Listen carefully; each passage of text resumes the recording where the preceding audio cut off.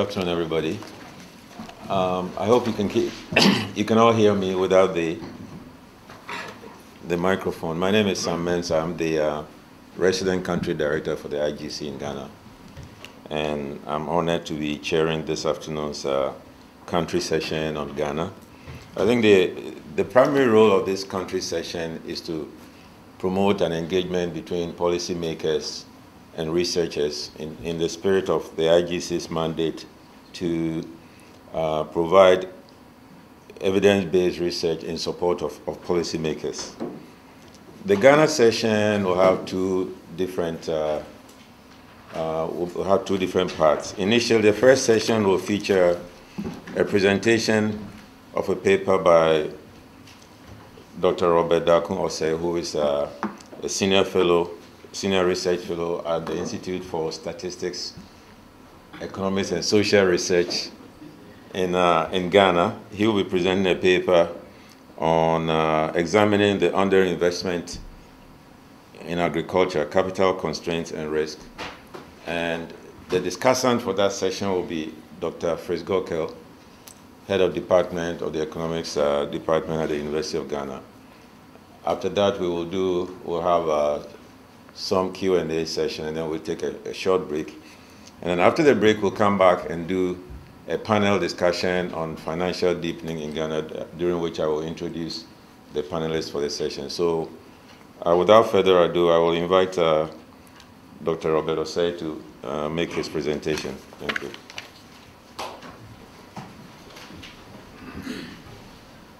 Thank you very much. So good afternoon, ladies and gentlemen.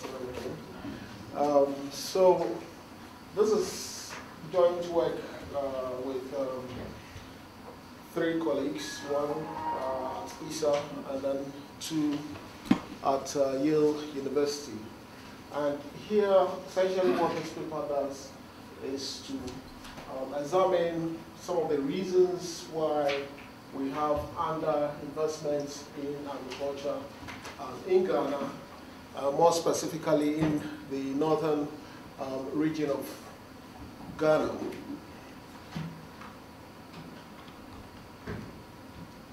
So, like I said, the question that the study seeks to answer is how uninsured risks and also capital constraints influence investment decision by farmers, and naturally that also influences the production choices ex ante of these farmers. So two key questions are answered or are addressed here. One relates to the uninsured risks, the fact that farmers face risks which they have to deal with respect to their investment decisions ex ante. But also, even in the absence of the risks, there is also the constraint relating to capital. And therefore, these factors, either individually or together, can influence investment decisions by farmers. Now, of course, the question is investment really a problem, or is underinvestment really a problem for farmers in Ghana in particular, because this is related to Ghana. So we show some data to see exactly, or to capture the picture of underinvestment in Ghana. If you look at irrigated land, for instance, generally for Ghana, the level of irrigation is relatively low, even by the sub-Saharan African standards. So even by sub-Saharan African standards, the level of investment is very, very low in Ghana. And if you look at the other groupings, country groupings that we have, you find that for most of these country groupings, you've seen increasing levels of irrigation. Whereas in the case of Ghana, indeed, it is even very difficult on the same scale to see whatever changes has occurred.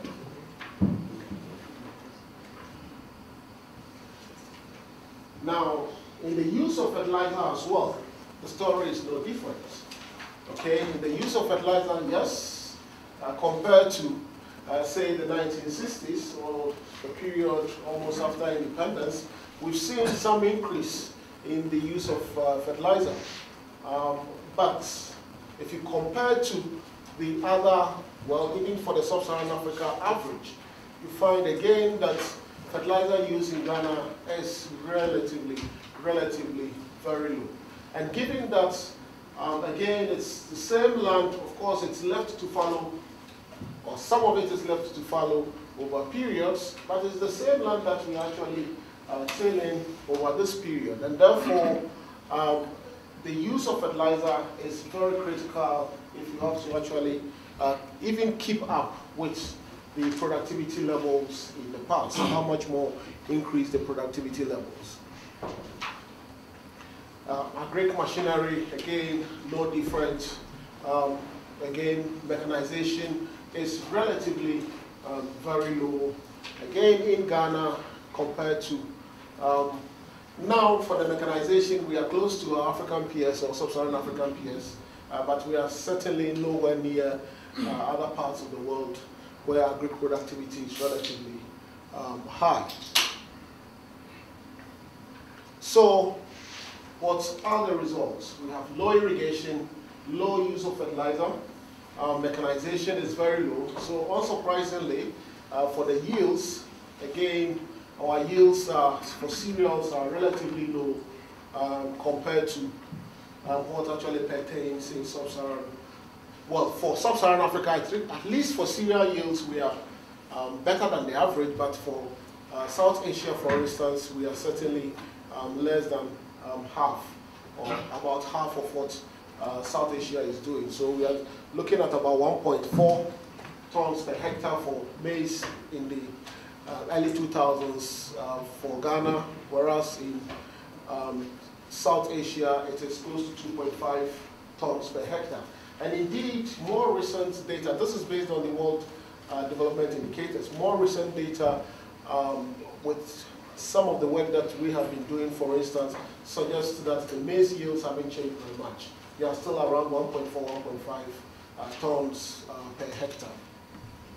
So that's, irrigation is low, use of fertilizer is low, mechanization is low, and certainly that has resulted in low agricultural investments and therefore low yields. Isn't or can be very easily established looking at the data. And so, not surprisingly, the yield gaps are still quite high. For maize, it's around 40%. For plantain, it's a bit low in terms of the yield gap, that's 20%. But for things like cassava, cocoa has changed significantly since this data. This is mid-2000s. Cocoa has changed significantly, but still there is still a yield gap that needs to be addressed through investments in agriculture. Again, if you look at the trends for cereal production for sub-Saharan Africa and Asia, you find that whereas in sub-Saharan Africa there is a intensification, so you have increasing area but not corresponding increase in yield.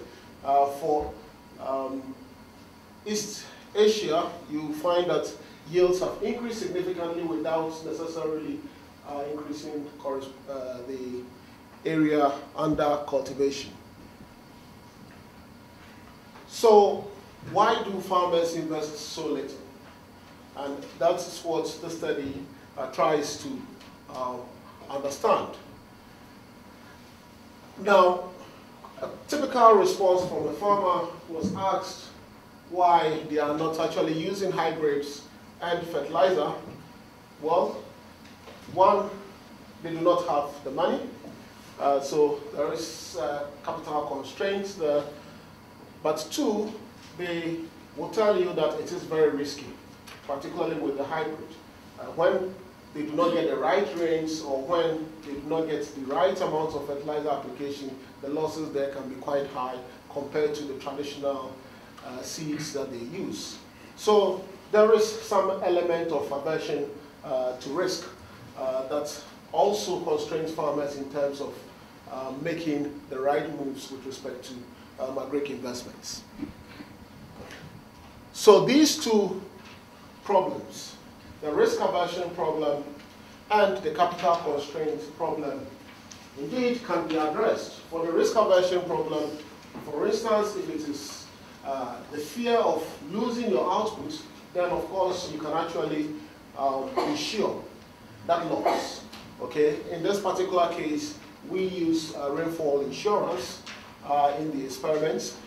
For the capital constraints, again, you can address that risk by making capital available. Okay, in our case, we use cash grants.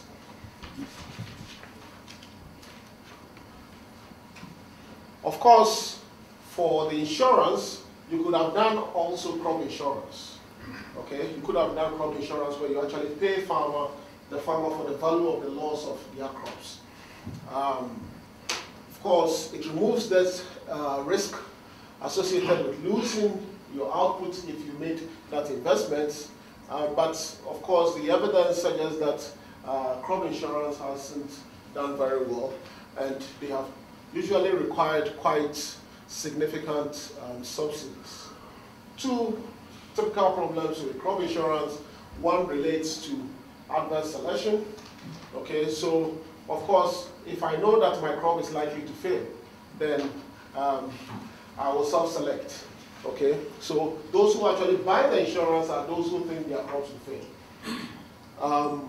The moral hazard issue really relates to the fact that, well, once I have taken the insurance, then I will not take the necessary actions. I will not go the necessary or the extra length to ensure that the crop does not fail.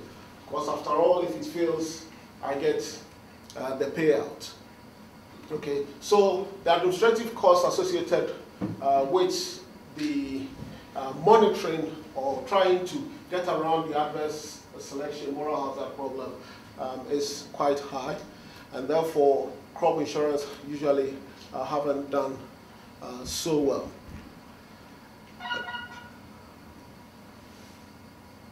So with the rainfall insurance, what we try to do is to protect the farmer or insure the farmer against either excessive rain or drought. And using historical data, excessive rain is when you experience rainfall more than 20 days or more in a month. And drought, again, is where you actually get rain for up to 10 days. Okay, so anything in between, based on historical data for that particular region, that is the northern region, based on that, if you got rainfall in the month between 10 and 19, then you do not get a payout. However, if the rains either exceed that range or it's below that range, then you get a payout. Okay. So what the insurance does is to allow farmers to invest more in their farms, and then, of course, once they invest more in their farms, potentially their yields should go up. Okay. Indeed, if it is the case that the insurance or the risk aversion is a binding constraint to investments in agric. So, but for this, it's essentially designed with maize in mind. So it's the rainfall requirements for maize. Again, it is for northern Ghana. So what we try to understand from the theoretic point is what the implications of the credit constraints or the incomplete insurance means for agricultural investments. Okay, but of course the way it is set up is to allow us to manipulate the availability of capital, but also insurance, and observe the different responses. Okay.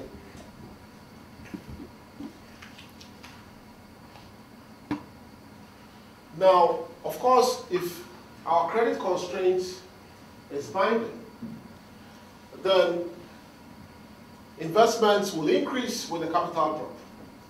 Okay? If credit constraint is really, really a problem for the farmers, then once you give them access to credit, or once they get access to credit, you should expect that they will respond by increasing their investments. Also, you should expect to see increases in investments if indeed you actually give them credit and also insurance. Okay? If you give them credit and also insurance, you should expect to see investment. Because, of course, you've removed that binding constraint, but you've also removed another constraint that actually will typically inhibit investments. But, of course, if the credit constraint is binding, then you should not necessarily see a significant increase in investments if you give farmers only insurance. Okay? If credit constraint is the binding constraint, it's really, the farmers really are not affected by risks, then of course, if you actually remove that risk constraint, it shouldn't necessarily affect your investments by much. On the other hand, if the imperfect insurance is the binding constraint with respect to investments in agri by farmers, then you should see that your investments, of course, and output also increase by just a little if you actually relax the credit, the credit constraint or the capital constraint.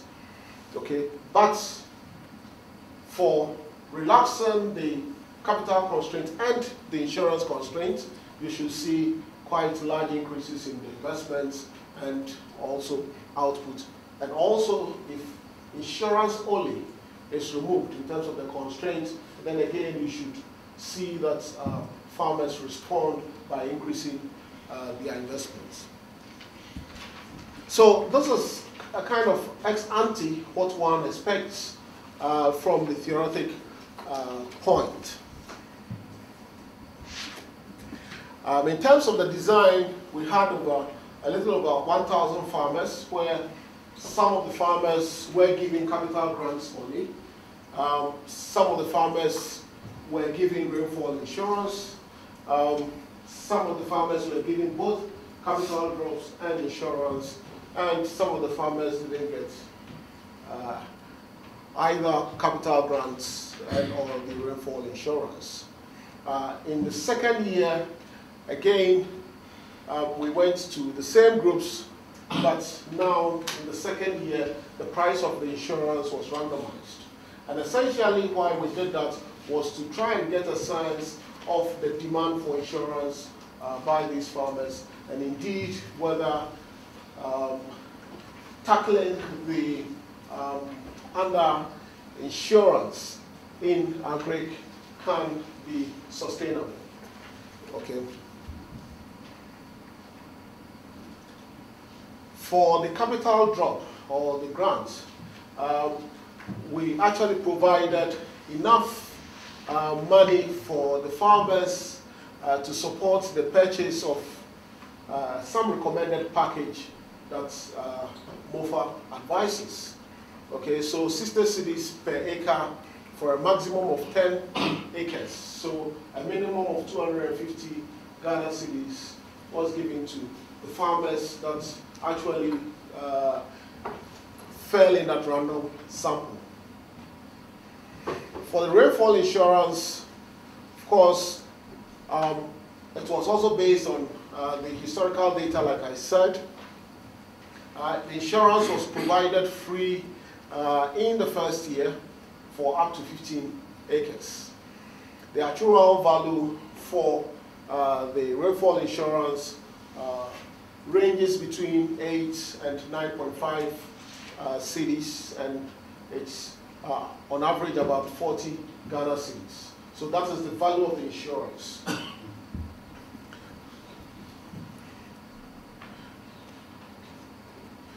So now, oh sorry. So, good. No. Good.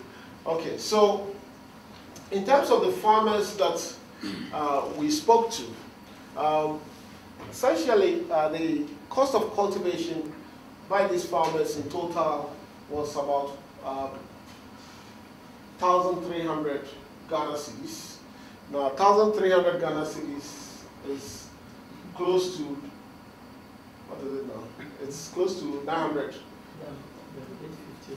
850. It's about 1.4849. But as at the time that we spoke to the farmers, it was about 1.4 or thereabouts. Cost of chemical inputs, again, about 124. But of course, you find that the standard errors or the standard deviations are quite high, which suggests quite some level of heterogeneity there. Cultivated area in acres is about 14. That translates to about what, between 4 and 5 hectares. The value of harvest, again, close to 850 Ghana cedis. Cannot think of the conversion rates just now. The average household size, again, for northern Ghana is about 7, which is consistent with some earlier data that we have.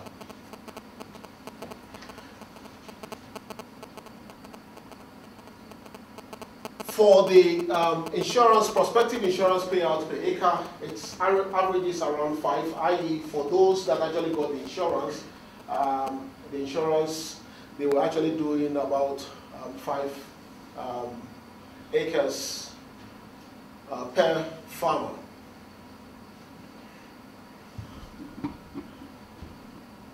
Okay. Now, for the maize farmers, like I said, this experiment was just done for maize farmers in northern Ghana. For the maize farmers that we spoke to, usually you find that they actually do intercropping of the maize with groundnuts. Generally, the input use by these farmers is very low, i.e. investments is very low by these farmers. MOFA recommends about 60 Ghana cedis per acre. These farmers were doing about 7 cedis per acre. Yields generally, again, very low compared to the recommended yields. So just about a fifth of the yields were actually being attained by these farmers in terms of maize.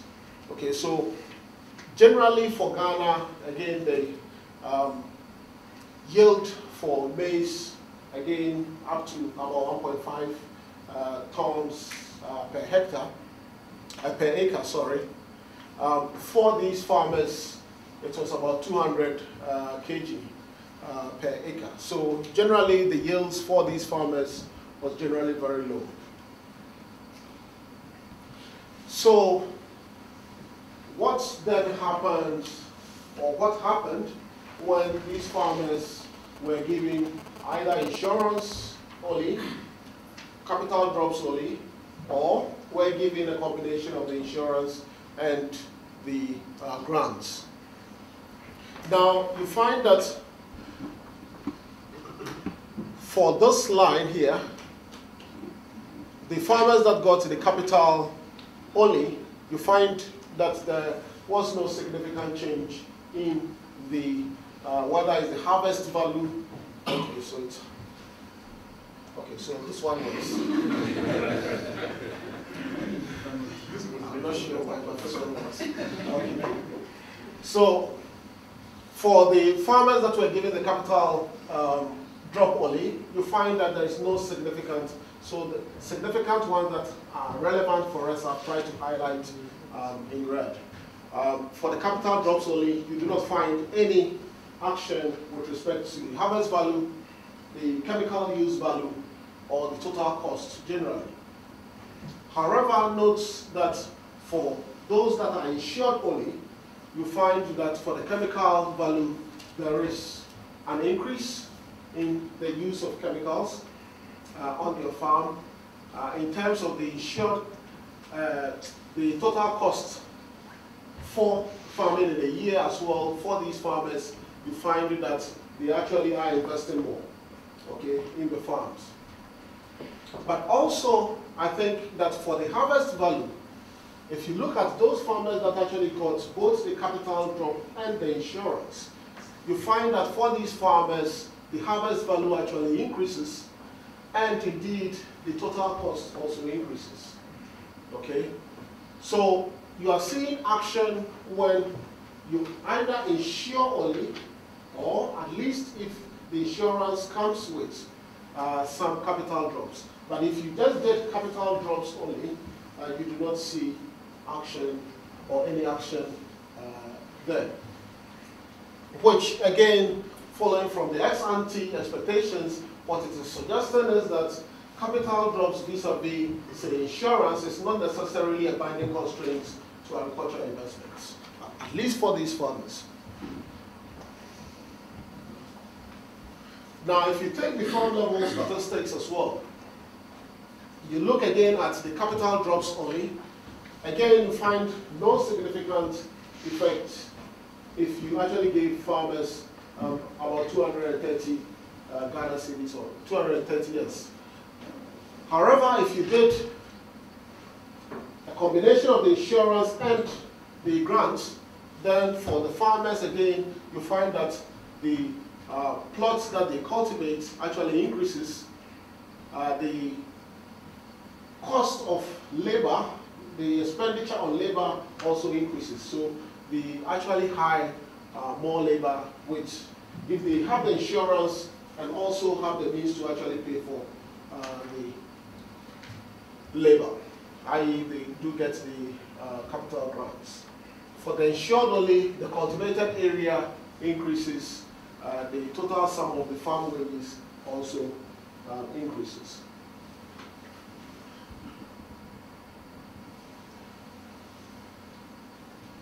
For some of the non-farm statistics as well, again, the only significant statistic that we find with respect to the capital drop or the grants relates to the crop sales value. For the insured, for the insured and capital drops, again, we do not find significant changes which will result from the insurance or the insurance plus the capital drops.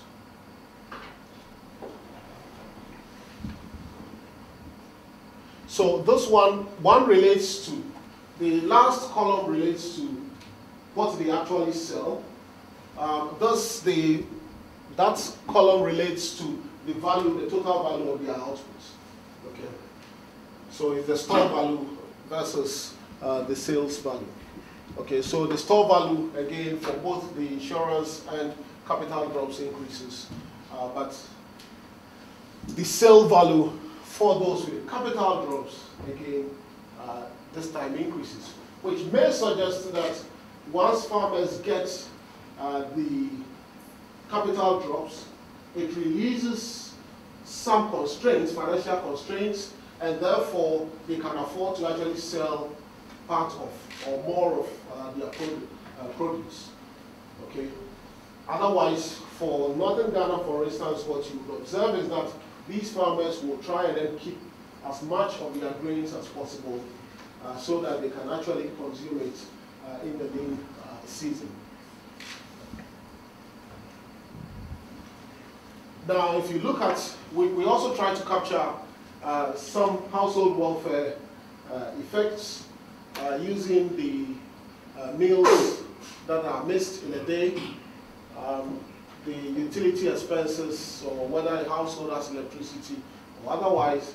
And interestingly, even for those that got the capital drop, we do not see any major change in the utility expenses. But for those that got insurance and indeed the capital drop, you find that their expenditure on utility increased over the period.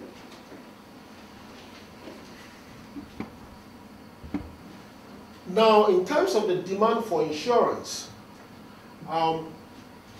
we again gave randomly sold or tried to sell the insurance at different prices to different households. And you find, again, of course, if you price it at zero, everybody takes it. Okay? But then, as the price increases, you find that the demand or the take-up actually decreases. Okay? So, not only do you find that the demand for insurance is consistent with, again, the normal demand that we all know, but also in terms of the actuarially fair price, you find that even at that price, you have about 40% take-up. Okay, so the farmers are indeed willing to take up insurance even at the actuarially fair price. And for prices beyond the actuarially fair price, you still get take-up, but of course, as you go further to the right, the demand or the take-up significantly reduce. So households are willing to pay for the insurance despite the basis risk. So to summarize, the study sought to answer the question of how uninsured risk and credit constraints influences agricultural investments. Again, it's not in Ghana. It's not necessarily a representative sample of Ghana, but our findings show that investments among farmers generally is low. Okay, yields are particularly low in the northern part of Ghana. We find that the credit constraints, relaxing the credit constraints, does not necessarily engender significant increases in investments, or indeed, even the non-farm investments, we do not see significant changes there. However, insurance gives rise to increased investments and indeed the value of harvest of these farmers. The effect is even higher when you do the combination of the insurance and indeed the capital grant. And finally, we note that households are indeed willing to pay for insurance despite the basis risk. In other words, there is a potential market for insurance or for agricultural insurance, even in northern Ghana, where generally the returns to agriculture has been relatively low. Thank you very much.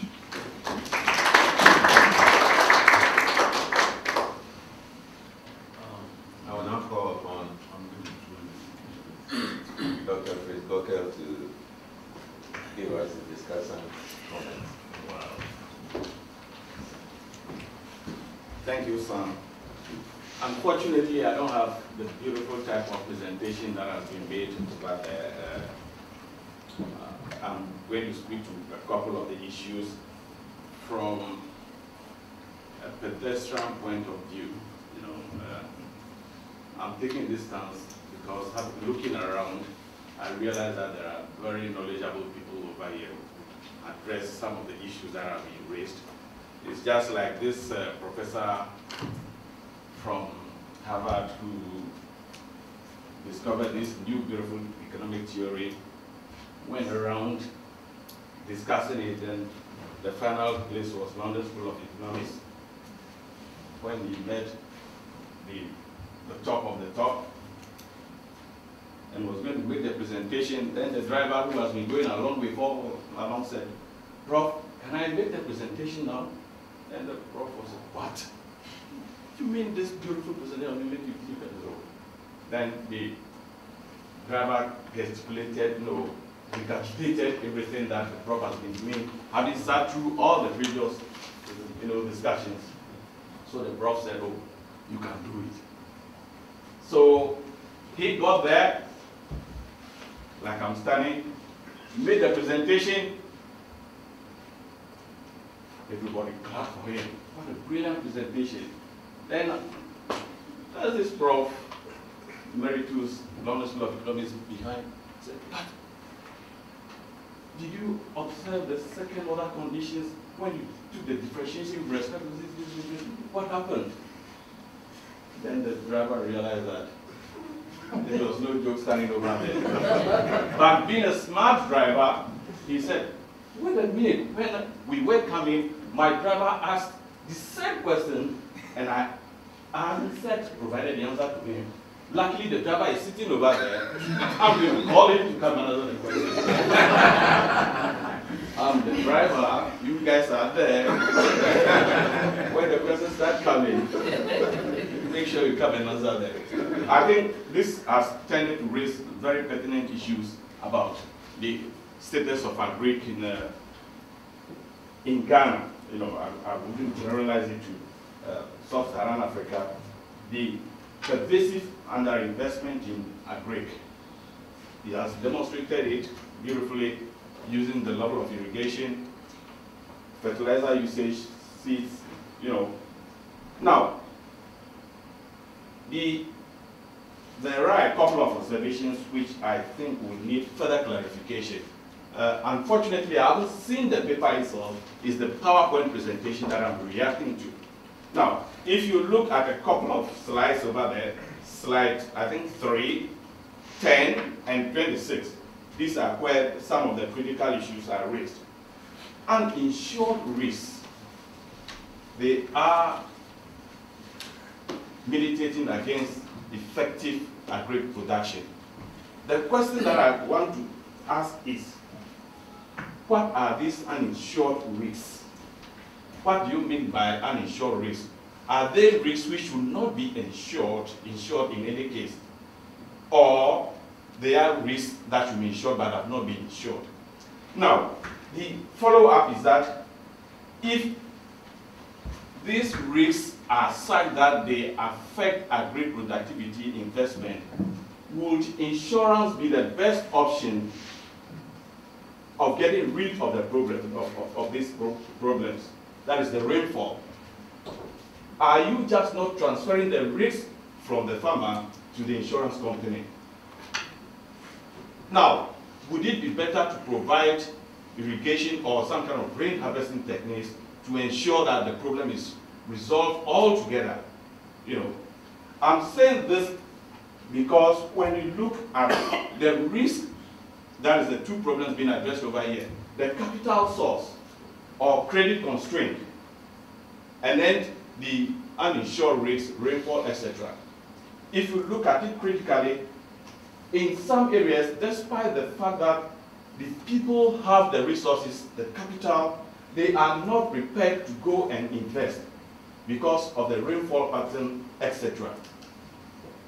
Now, if you go and then just insure it and the rains do not come, then the insurance companies will lose. Especially when we have a geographical concentration, the northern region, where the adverse selection, the pool of farmers will be concentrated, they will all be facing the same geographical, the rainfall pattern. It is not as if we have various geographical areas where there will be cross-subsidization, that is by insurance principles, the good would pay for the bad. But here's the case, all of them are in the northern region, and then the insurance company is providing insurance for them, the rains fail, then they all lose. So you don't have the good and then the bad, you know. So that is the critical case. Wouldn't it have been optimal or second best solution to provide some kind of irrigation facilities with the resources that will be used for the insurance? That's something I want to raise. Now, if you have two constraints and one is overriding, then the other becomes redundant. Not surprisingly, that is taking the risk that we talk about and then the capital constraint.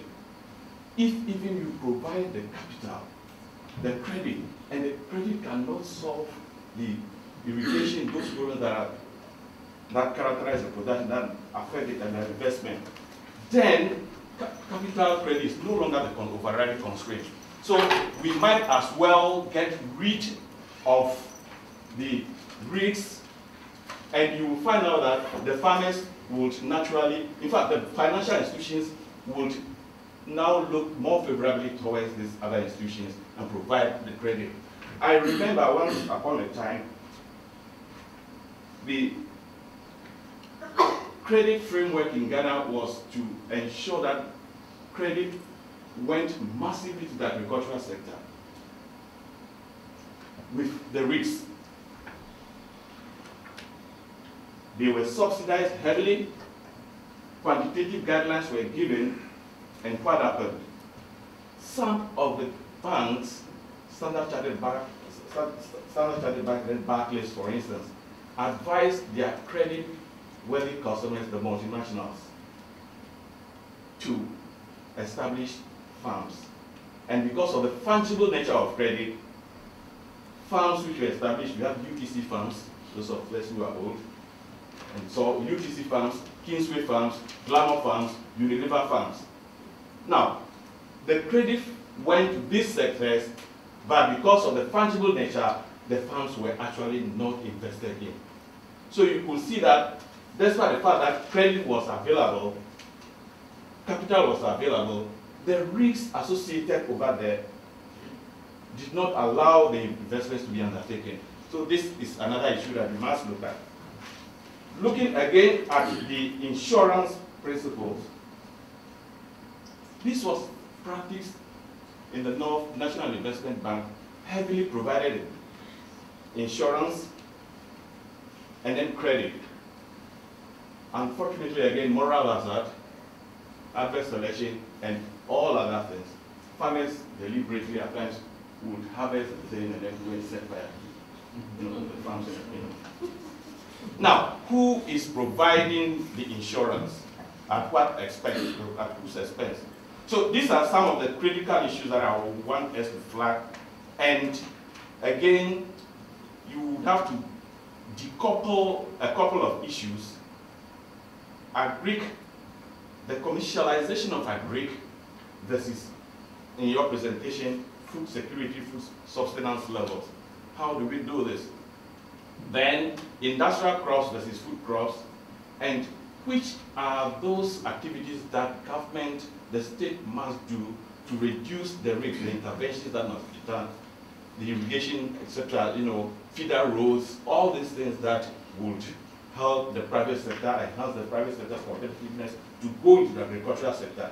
What must be done? These issues are decoupled clearly so that what the private sector can do, they would be able to focus on, and what some other person could do, they should. There is this other thing that we have to look at. Côte d'Ivoire has a nice experience. Côte d'Ivoire has been able to commercialize its agri production. Ghana, we've not been very successful in this. Why have we not been able to?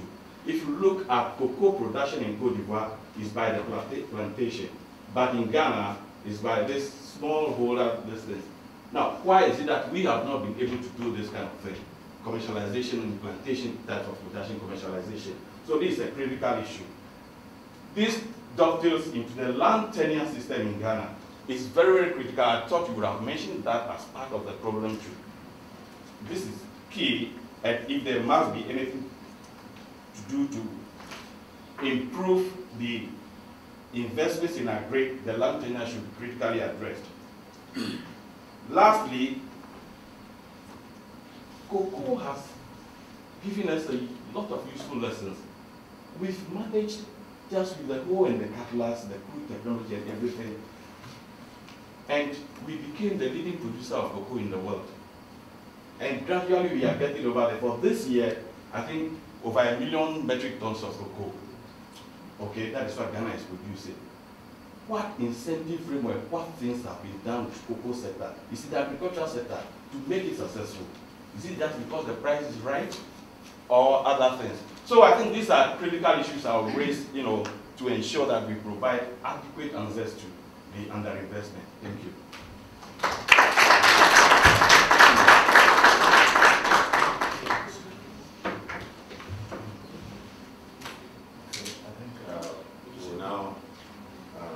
Open it up for discussion. Grateful to have ideas with us. And then we have Honorable Moses Asaga, who is a Member of Parliament in Ghana and former Deputy Minister of Finance. He's now the Chairman of the House Subcommittee on Energy. Happy to have him here. Mr. Kerigadipo is Executive Vice Chairman of Data Bank Group, which is one of the biggest investment banking firms. We're also happy to have you. Welcome to your honorables. We can now take up any questions from the floor. So I was very interested in these results, which seem to go against a lot of the research that has gone before. And I wondered if you had any comments about how these results compare or what might be different in both of them. For example, the studies on weather insurance so far in agriculture have had very low take-up and no impact as I read them at least. Obviously in other countries, but what's different about Ghana than India, for example? The other issue is I was very surprised by your lack of effect of the capital drops, given, again, there's lots of evidence that capital constraints are an issue. And I'm wondering what they're spending the capital on. Is it that, yes, there's high returns from agriculture, but there's even higher returns for other investments? So are they spending the capital on non-farm investment? What's happening to money?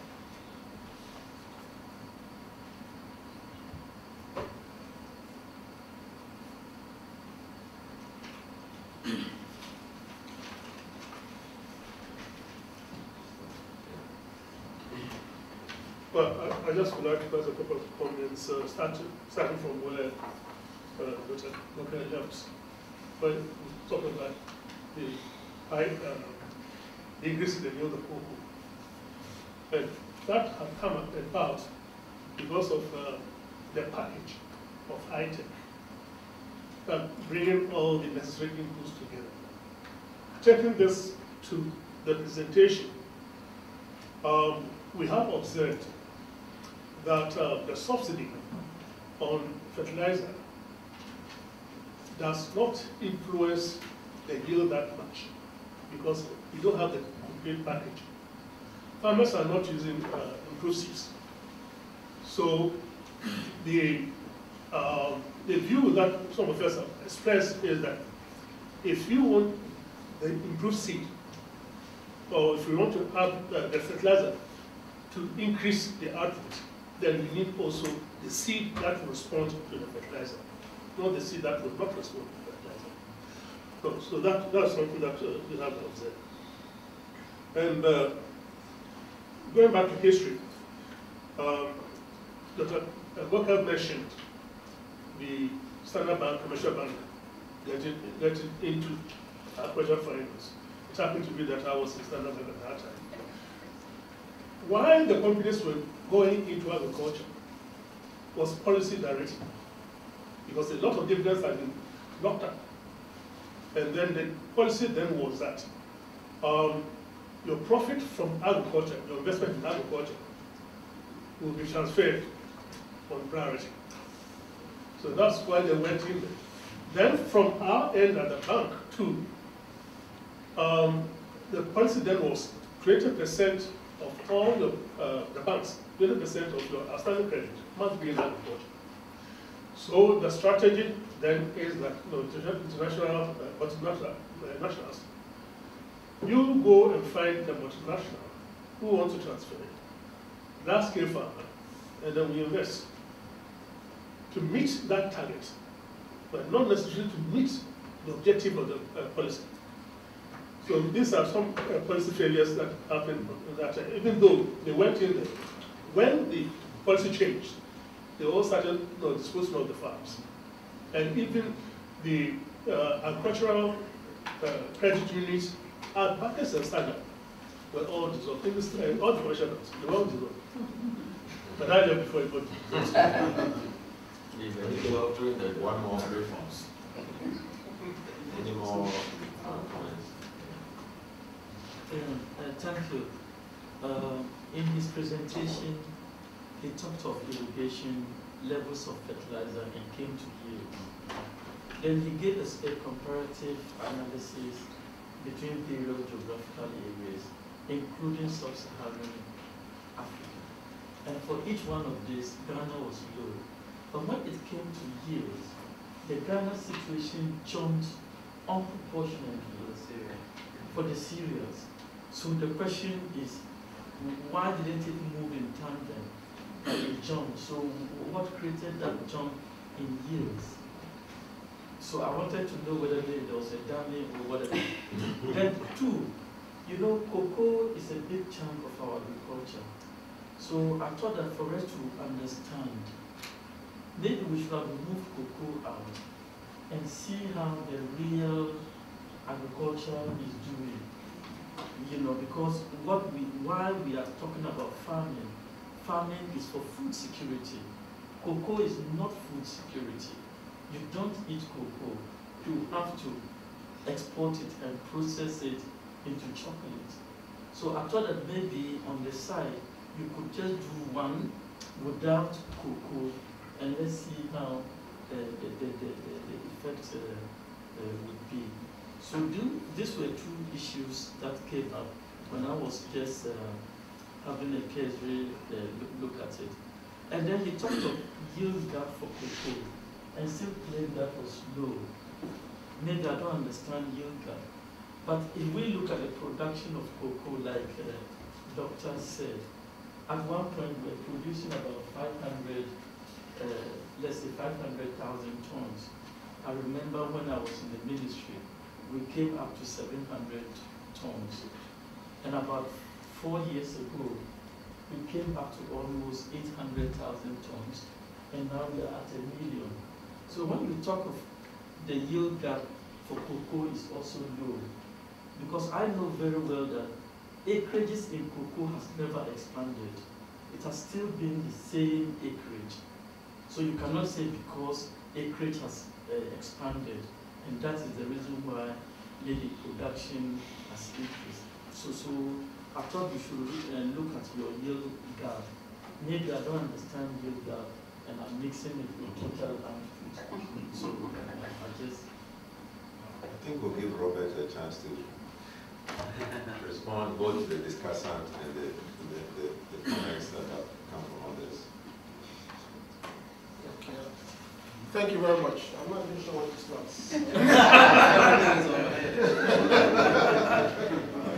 Okay. So let me try and take as many as I actually captured here. So,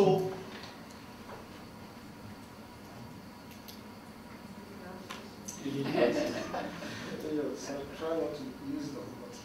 But okay. So will it be better to do irrigation instead? Instead of, for instance, supporting the insurance event, the rainfall insurance? Those things that are being insured. Yes. Okay. Well, I'm not okay. So, but there are two different things. Tackling the risk associated with failure in outputs is different from also doing irrigation. So in the list of constraints that the farmers face, so you'd have also irrigation. Now, to some extent, the irrigation issue can also be captured as part of a capital constraint, because if the farmers do have the capital, then of course they can do the irrigation. So if you take the large farms in northern Ghana, doing mango for instance, ITFC, they do drip irrigation, okay, because of course they can afford it, and probably also because the returns on the organic mangoes is very high, and therefore it is viable. Sorry, that was why I suggested you do the decoupling between those commercial crops and then the food crops and everything. Yes.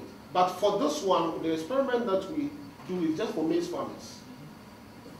It's just for maize farmers. So it's your typical smallholder farm, and asking the question whether indeed for the typical smallholder farmer, insurance can help, okay, improve their ability to invest. So again, it's not the general agric per se. It's a typical smallholder farmer. Of course, then you can then go up the scale and say, okay, so if the smallholder farmer, and what is a binding constraint for the smallholder farmer may not necessarily be a binding constraint for some other group of farmers.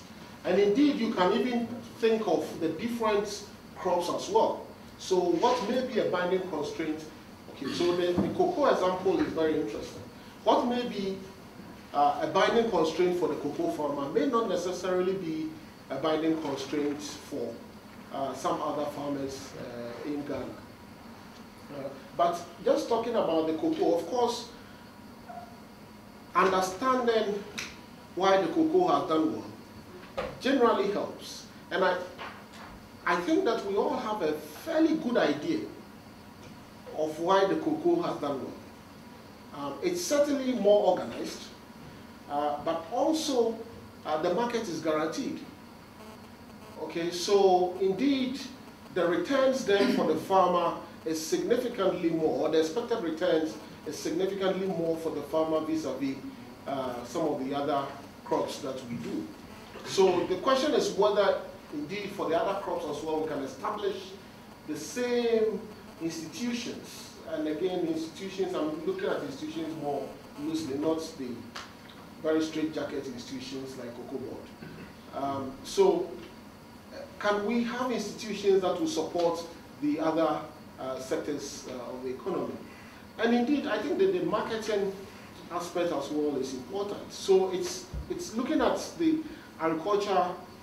If you are looking at or addressing agriculture problems generally, or agriculture development generally, you've got to look at the whole value chain and not just pick points on the value chain. But I think this was a very specific experiment that we sought to do, to try and then ask ourselves the question whether indeed insurance is relevant for these smallholder farmers, and indeed if it will make a difference in terms of how they respond to investments generally.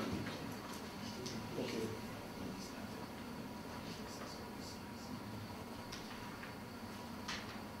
So why has Ghana not been able to go the way of Cote d'Ivoire? Okay, so that question, I think that maybe, given that we have quite a number of policymakers here, maybe we can discuss it as a group. Of course, they have actually done a lot more investment in agriculture than we have. And of course, the infrastructure that supports agriculture in Cote d'Ivoire was also much better than for Ghana. And so, I do not have all the answers, but maybe... I would suggest land tenure. Land tenure is important. Maybe not. I think that was key for Cote d'Ivoire. Cote d'Ivoire. Yes. The security of tenure of land. It's certainly important, but it is very important. The question is whether we have the will to do anything about it. I know that we've been trying different. The lab has been going on for a while. Under the FCA Ghana program, for instance, there was the piloting of non-titling, etc. And we are doing some studies to actually look at whether indeed the titling has actually or impacts generally household behavior. We are not there yet, but again, I'm sure some of you know the problems with the land issues more than I do, but it is a problem. It's a binding constraint. Indeed, in the recent constraint analysis that have been done for Ghana, land is one of those areas that is actually identified as being a binding constraint. And indeed, for agric as well. Indeed, earlier work by Chris, Udri, and Marcus, for instance, suggests that security of tenure does actually affect agric investments quite a bit. So, Doctor, how come that we are so close to Cote d'Ivoire that no one, including Dr. Ando, has even crossed to go and see what have they done right? I have the answer. I should pay me. Yes. But if I could just, but even let us even ask ourselves the question, which I think is even more interesting. The fact that some of the large farms in Cote d'Ivoire actually moved to Ghana. Okay, so the J River farms and other things were doing pineapple in Cote d'Ivoire. And when the conflict started, they moved to Ghana. The question is how are they doing significantly better in Ghana vis-a-vis Cote d'Ivoire? Okay, this is an open question that we need to address. But over the period that they've been here, our horticulture or even pineapple generally have not always been on the up. It has gone up and then it came down at some point as well. Okay. So again, the agric conundrum is but for Ghana is yes. I had just a point that I learned about because I'm a politician. You know, during the Hofogonian regime and then Konambede, what they did consciously was to insist that every member of parliament or politician, you don't spend the weekend in Abidjan. So everybody was given plantations for members of parliament, but they were given, what would I say, they had the credit, they had the facilities. And therefore, big plantations were cultivated by these politicians who had privileges to credit, fertilizer, etc. Now, so that really developed their plantation. In Ghana, we wanted to replicate it. And when Honorable Battles wanted to get all members of parliament to get land, but because of the press freedom in Ghana,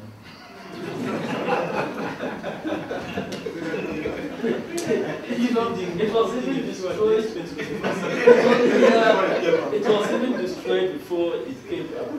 But in Cote d'Ivoire, one of it was just political will, where they chose a group and said, look, we want you to do it. We'll give you all the incentives, and that's how their plantation cropping developed very well.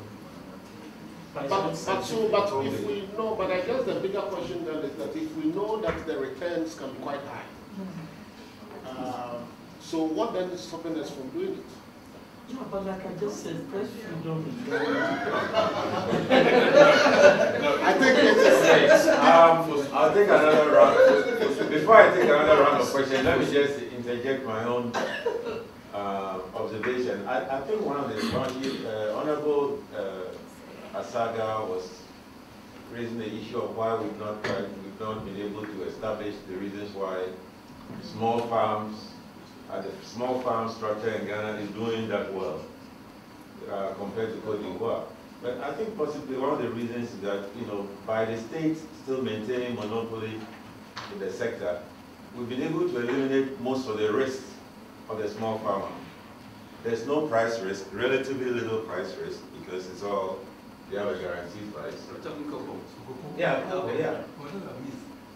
Then there is, the state takes care of, the cocoa board takes care of fertilizers and the various inputs, giving them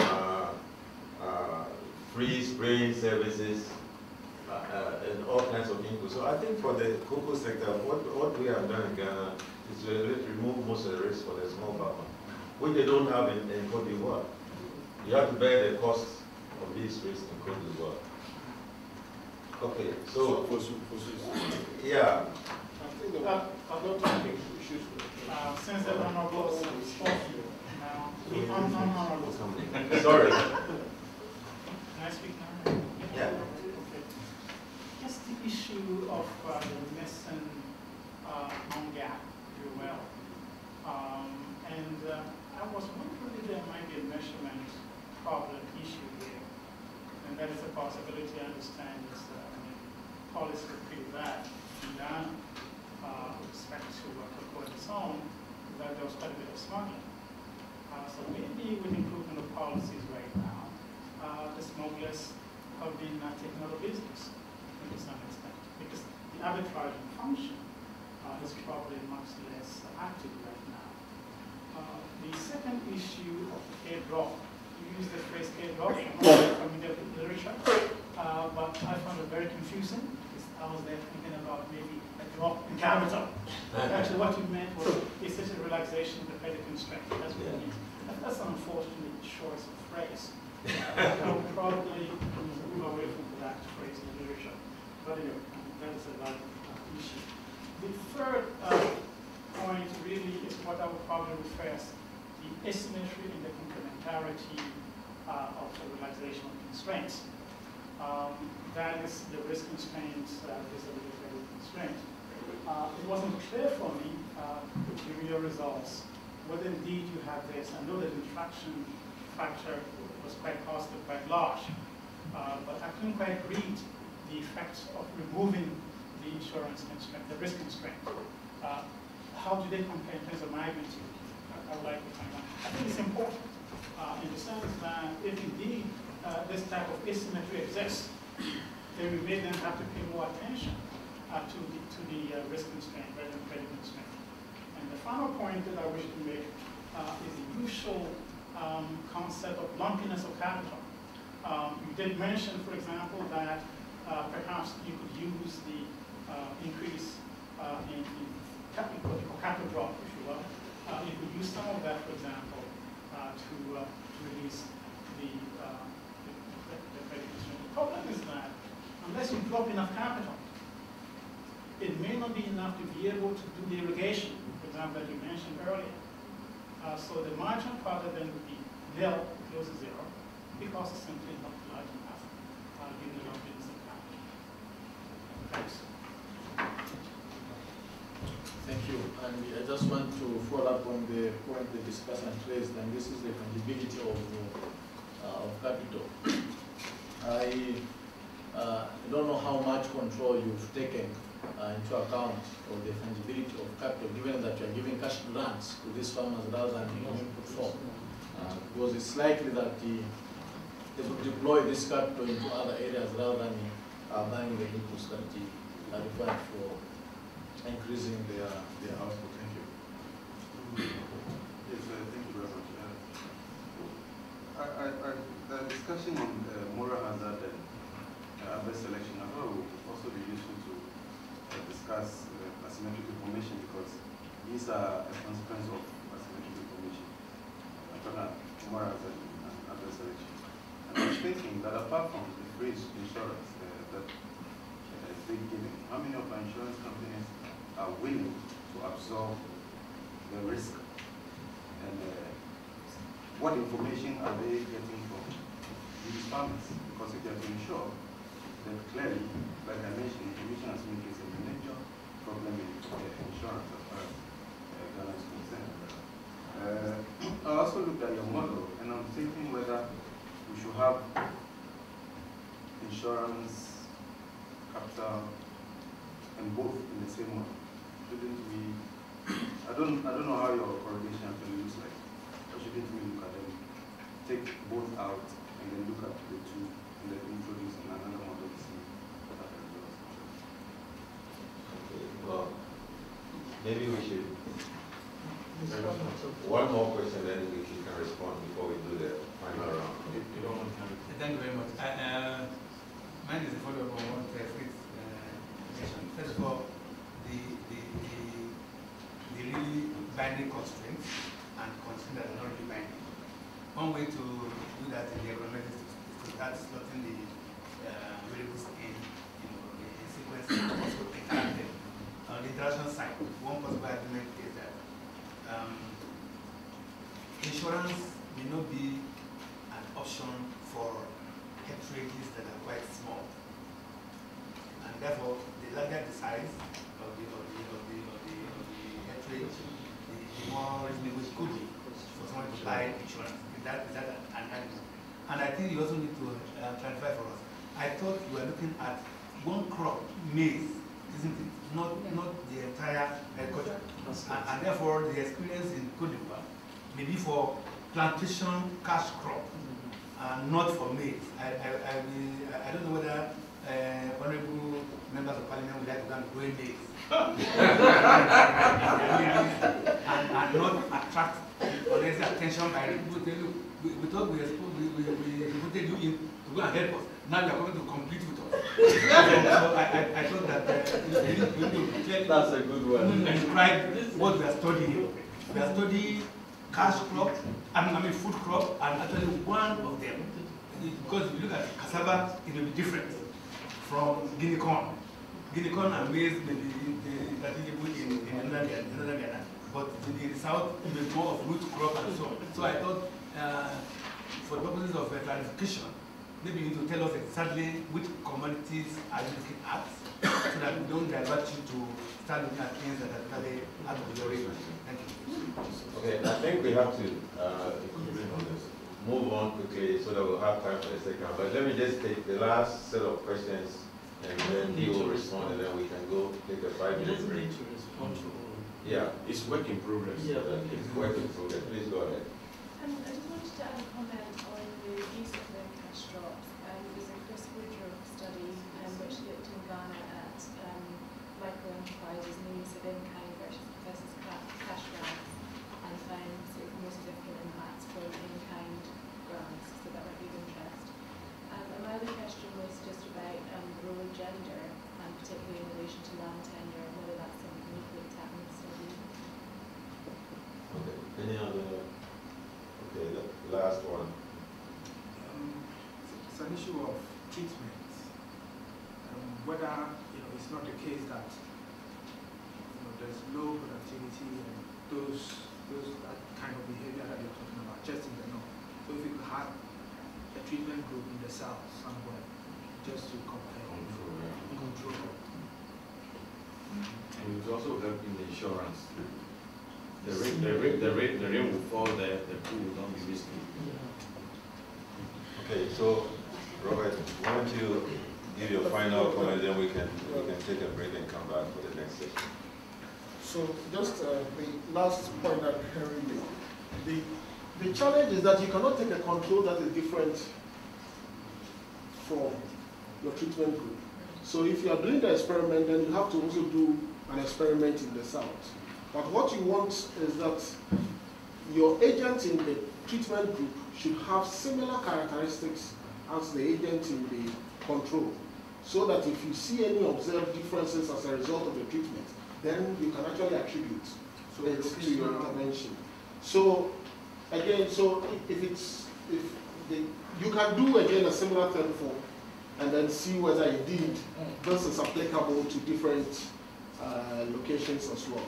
But it still does not, it still will not affect your impact, because then indeed you should have a balance in the baseline between your treatment and control for you to be able to do any attribution. Okay. So since I missed your, and certainly the issue about what the households are spending the capital on has been one of our biggest headaches. Because we are really trying to, from the data, find where exactly that money has actually gone. Okay, so you're giving people, particularly for the capital drops only. So you're giving them capital of 230 Ghana cedis, and in Northern Ghana, it's not insignificant. It's quite a big amount.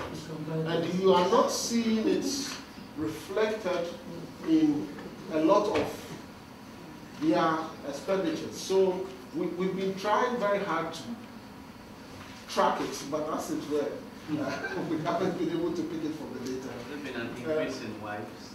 Yes. That's I wouldn't. No, but maybe finally, if I could just comment on the commission's point, because you have a control group within the sample, it really doesn't matter if you do the interaction in the same model. Okay, you still have, so the base will still be your control. And so the effects on that will just be the interaction, the treatment, and it's not K-drop, okay, so the grant, cash grant, and okay, thank you.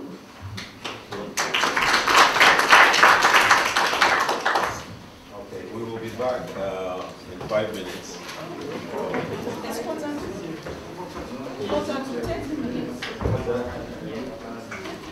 So that's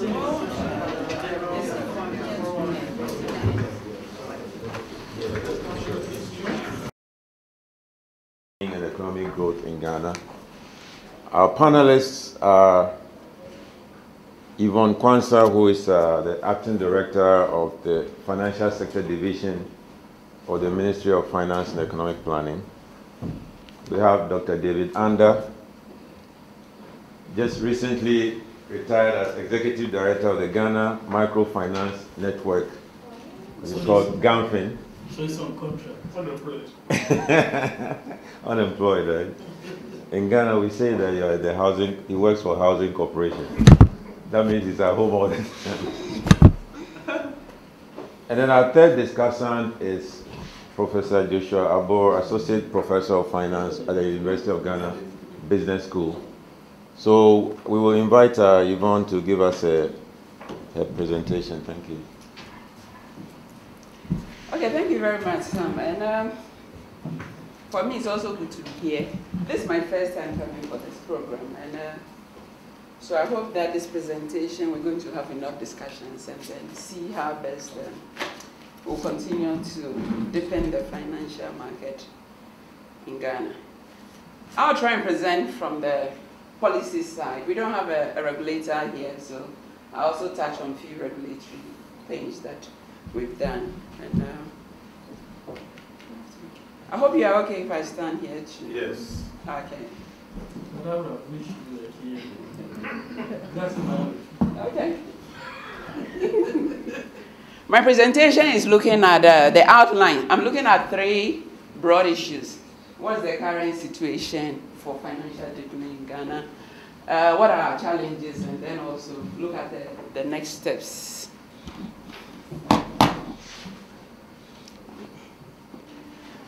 For introductory, we all know that there's been enough evidence that when we deepen and have an efficient financial system, it contributes to what? Sustained economic growth and then also lower poverty. And then also continued efficient and effective provision of these services require that our policies and the systems should always what? Adapt to changes in our macroeconomy. And against that, the government of Ghana has put enough strategies in place to continue to strengthen this institution and also reform the financial sector. And we've done these ongoing reforms for some time now to deepen the scope of financial services, looking at the products as well and also the payment system in the Ghanaian economy. Government is also supporting financial institutions to be more innovative and then also develop products which, looking at the Ghanaian economy and looking at the financial literacy level, there's the need to develop simple, easily accessible and affordable products to bring on board a large portion of Ghanaians that are unbanked. I'll just give you a little brief on current domestic economic developments, the current inflation we have here, how the CD has fared between January to July, our gross international reserves, looking at the trade deficit, which are provisional figures, then also provisional data for the budget deficit, and then our provisional data for public debt, and the source of the information is down there.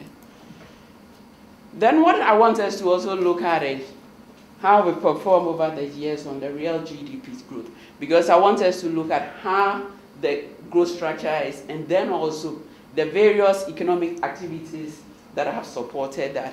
When you look up there, we have 2007, 2008, 2009, 2010. It started from 6.5. 2008 was another year, 8.4. Because of the financial crisis and other economic downturn, we had challenges. Growth was 4%.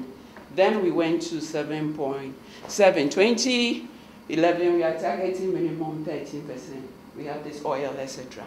But now I want us to also look at the GDP distribution by economic activity. Looking at the agri sector, looking at the industry, and then looking at the services. From before, agri was then the leading, but then due to improved services, we're now seeing services contributing more. And then down there, of which was financial intermediation. We started from 3. It was a lower level, but now from 2007 we had 3.4. It moved slowly to 3.8. 2009, 4.3, and then 5.2 in 2010, giving you an indication of the contribution that financial intermediation is giving to our GDP. So the question I want to ask is, what measures have driven Ghana's financial sector's contribution to our economic growth? I don't want to take you too far, but let me just give some background. about the late 80s and early 90s that there were some financial sector reforms that liquidated a number of financial institutions. We also had some privatization. And then also we established a stock exchange. There were some challenges like poor access to credit to SMEs. There was lack of long-term debt, limited secondary market activity. There were also regulatory inefficiencies. This culminated into the development of what we call the Financial Sector Strategic Plan. It was a policy document that was done between 2000 and 2003. We had a number of recommendations, and we were supposed to implement that reform over a 5-year period. The broad objectives for that plan, that is, we now call it Phase 1. The broad objective was to have a domestic economy that is a preferred source of finance for our companies, promote efficient savings, enhance competitiveness of Ghana's financial institutions within the regional and global setting, also have a strong and more facilitative regulatory regime, and a diversified domestic financial sector. Just naming a few of the reforms during that period, because we have outdated regulations, we have to have some reforms done. We're talking of the Bank of Ghana Act.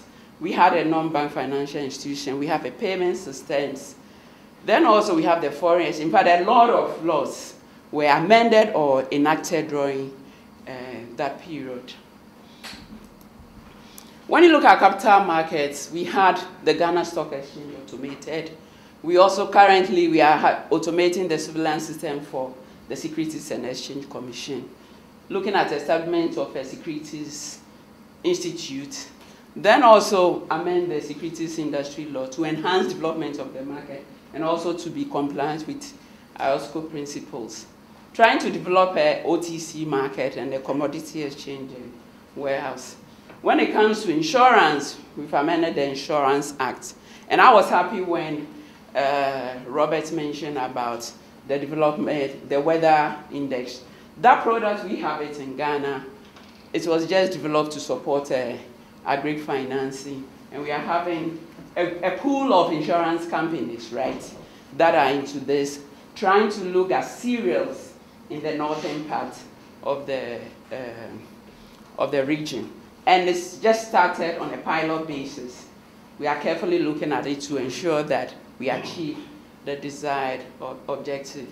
Then also we have a pension system, a 3-tier pension system that has been put in place. And then also generally improve risk-based supervision in the insurance and pensions sector. We also have a microfinance policy document. It's being updated now.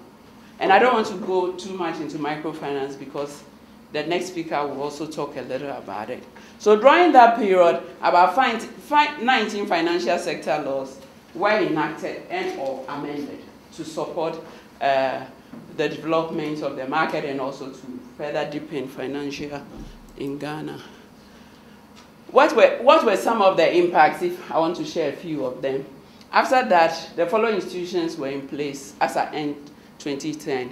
We had 26 banks. We have 135 rural and community banks. The capital market, including stock exchange, capital market institutions, we're talking about 109. We had 42 insurance companies, including reinsurance. We have both life and non-life. Then we have the non-bank financial institutions, that is about 500. These are the lower level. And then the microfinance institutions, we have about 4,000. I mean, because of the nature, the informal nature of the country. Looking at the indicators of financial debt, we've taken it from 1983 to 2010, because as I said in my earlier presentation, the reform started over a period of time. And looking at financial services to GDP, you could see the gradual increasing trend. Then also M2 plus of GDP, you could see how it is moving up there. And then also credit to private sector, you could see the increase. So it gives you an idea of all the support that has been given and the various reforms that has taken place, and the indicators that we have here. We have more indicators, but because of time, I think we could just look at the main ones here. Yeah.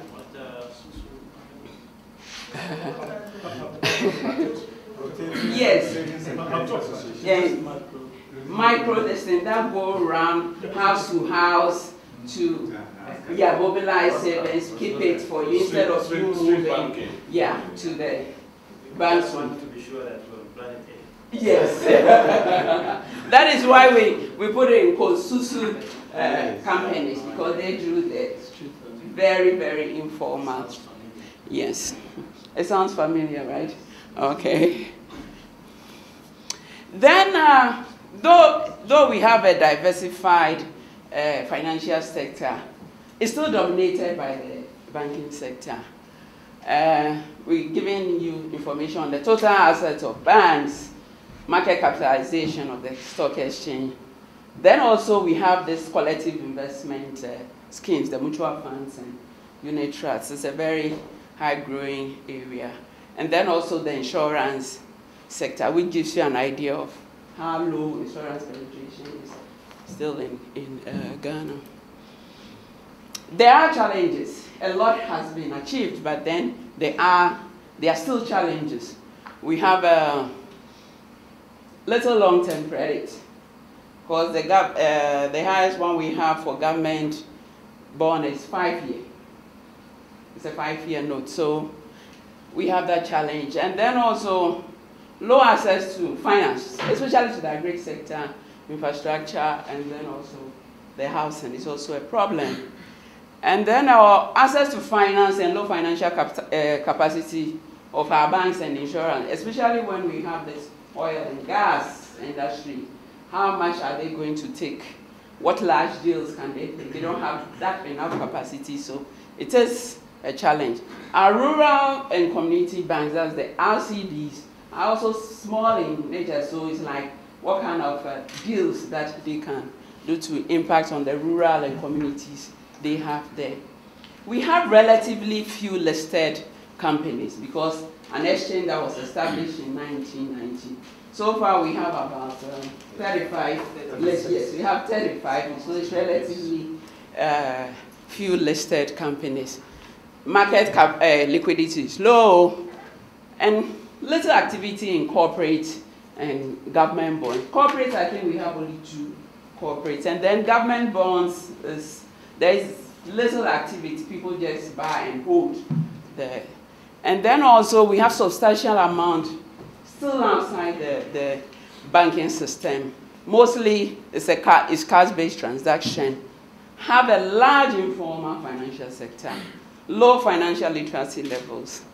There are also risk-based supervisory issues, and there have also been some macroeconomic challenges that have not really supported the accelerated development of the financial sector, which is also being addressed. Then also we have this lack of comprehensive information then about the levels of financial inclusion. What we did in Ghana was to have, there are various research companies that will do some surveys here and there, but this one was a very comprehensive one because it was nationally representative. What we call conducted on the use and demand for financial services.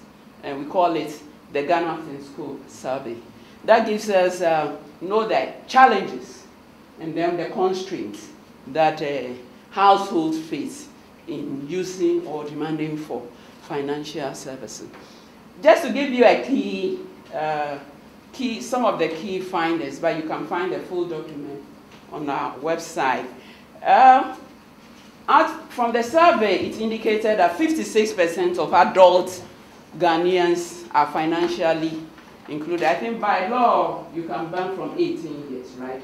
Yeah, so that when we say adults, we're talking of that from 18 going. 56% of adult Ghanaians are financially included, of which 35% are banked. 35% are banked. That means that the 44% is what? They are excluded. They don't have any bank, they are not having any formal or informal products. 40.7 of the 56 are formally served. That means that they have products that are somewhat regulated, right? And then 15% are informally served, like the Susu companies I talked about, and then the microfinance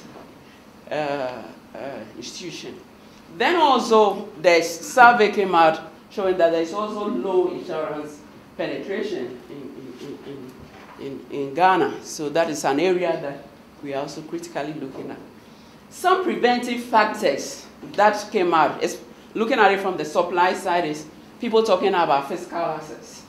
People talking about it's very expensive, the affordability issue.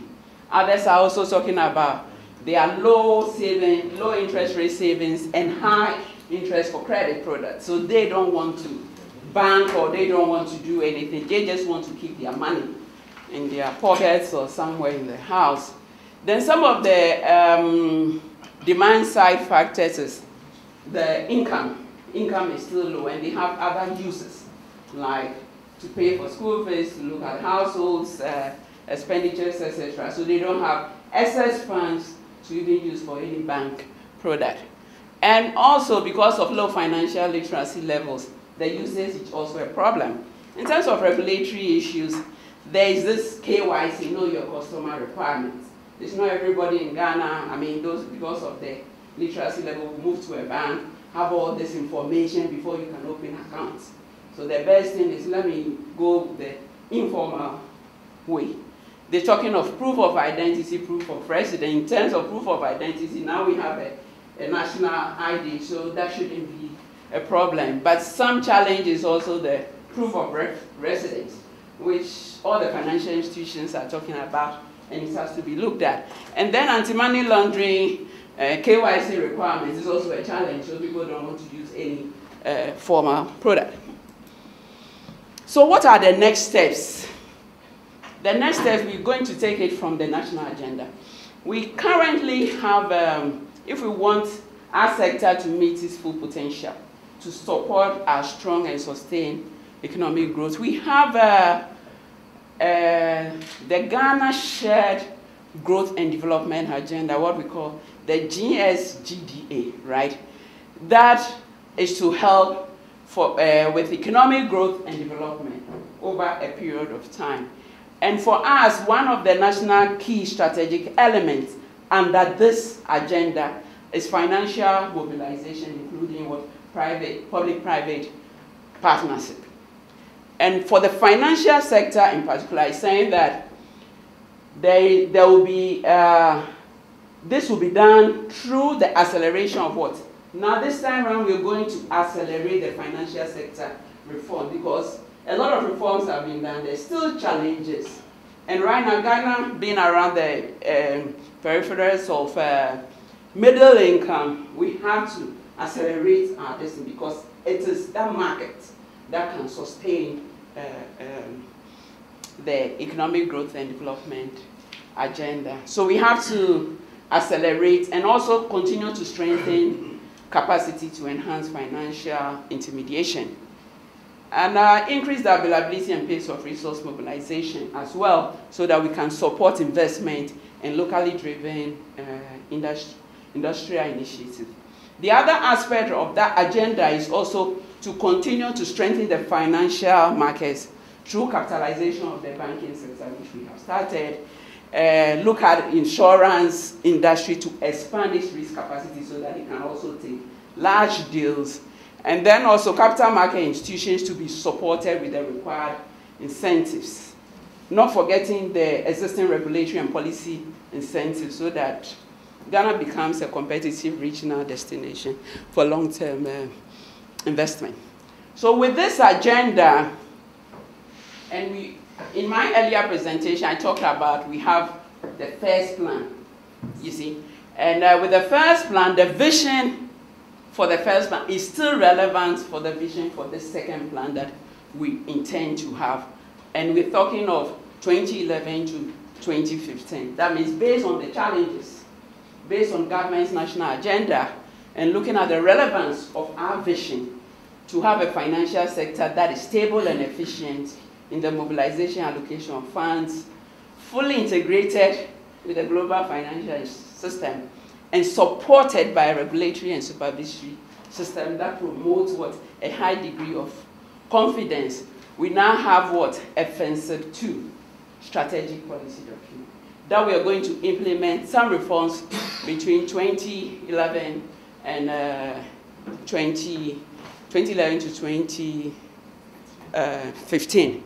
And we'll continue to use the broad objectives under FENSIP 1 because they are still relevant and it's also in line with the vision.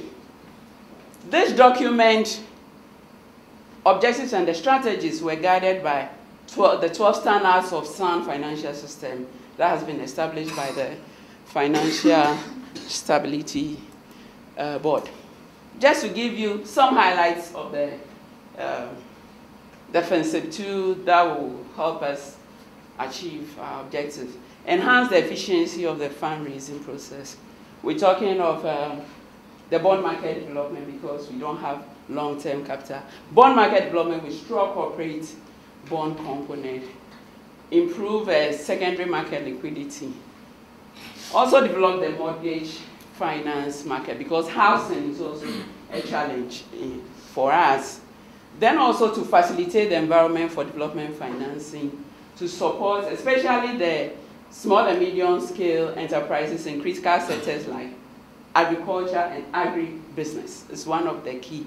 And then see how best, what vehicles that we can use to mobilize informal savings. Because we have a large informal sector there. How do we get them? How do we mobilize these reasonable funds from them to be used for development?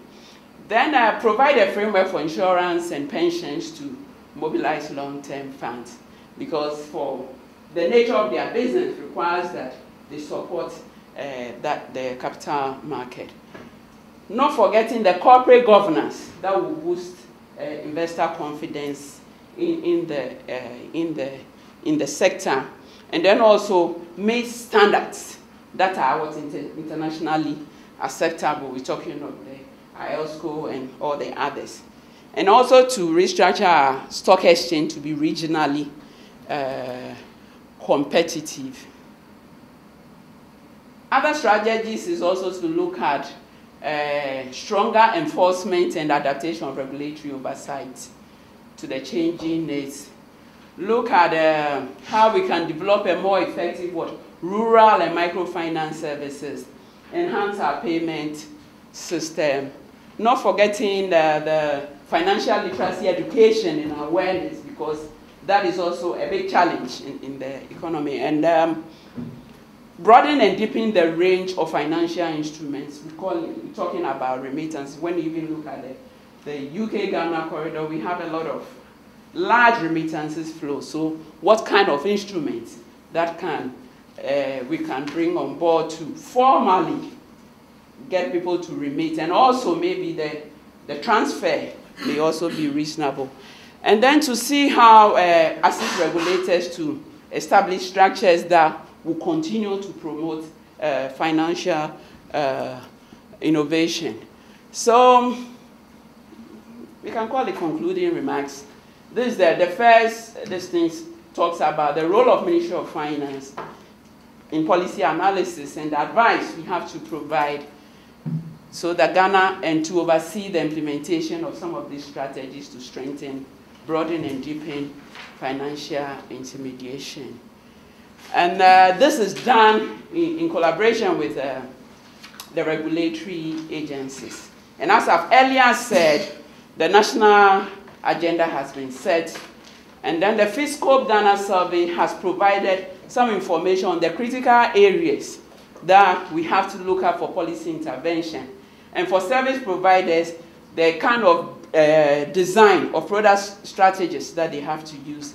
And then also to provide a framework that will guide development partners to support the increase of financial inclusion to targeted areas like the SADA projects where we have, in the northern region where we have a lot of development partners trying to support to also promote financial inclusion. And for us from the policy side, FENSE 2 is the policy document that has been designed to translate the second generational reforms to support the sustained economic growth agenda. Thank you.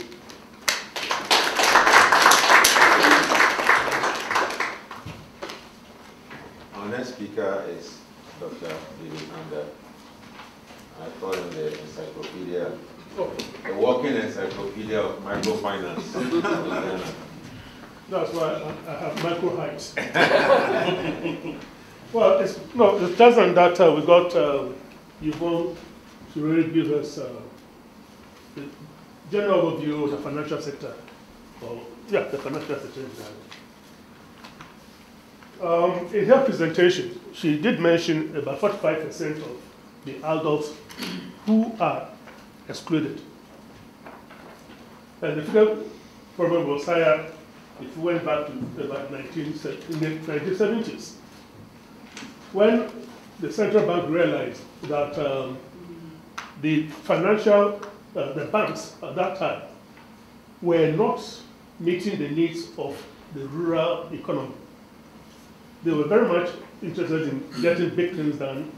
Barclays Standard, they were looking at international trade, and nobody was touching the rural financial sector.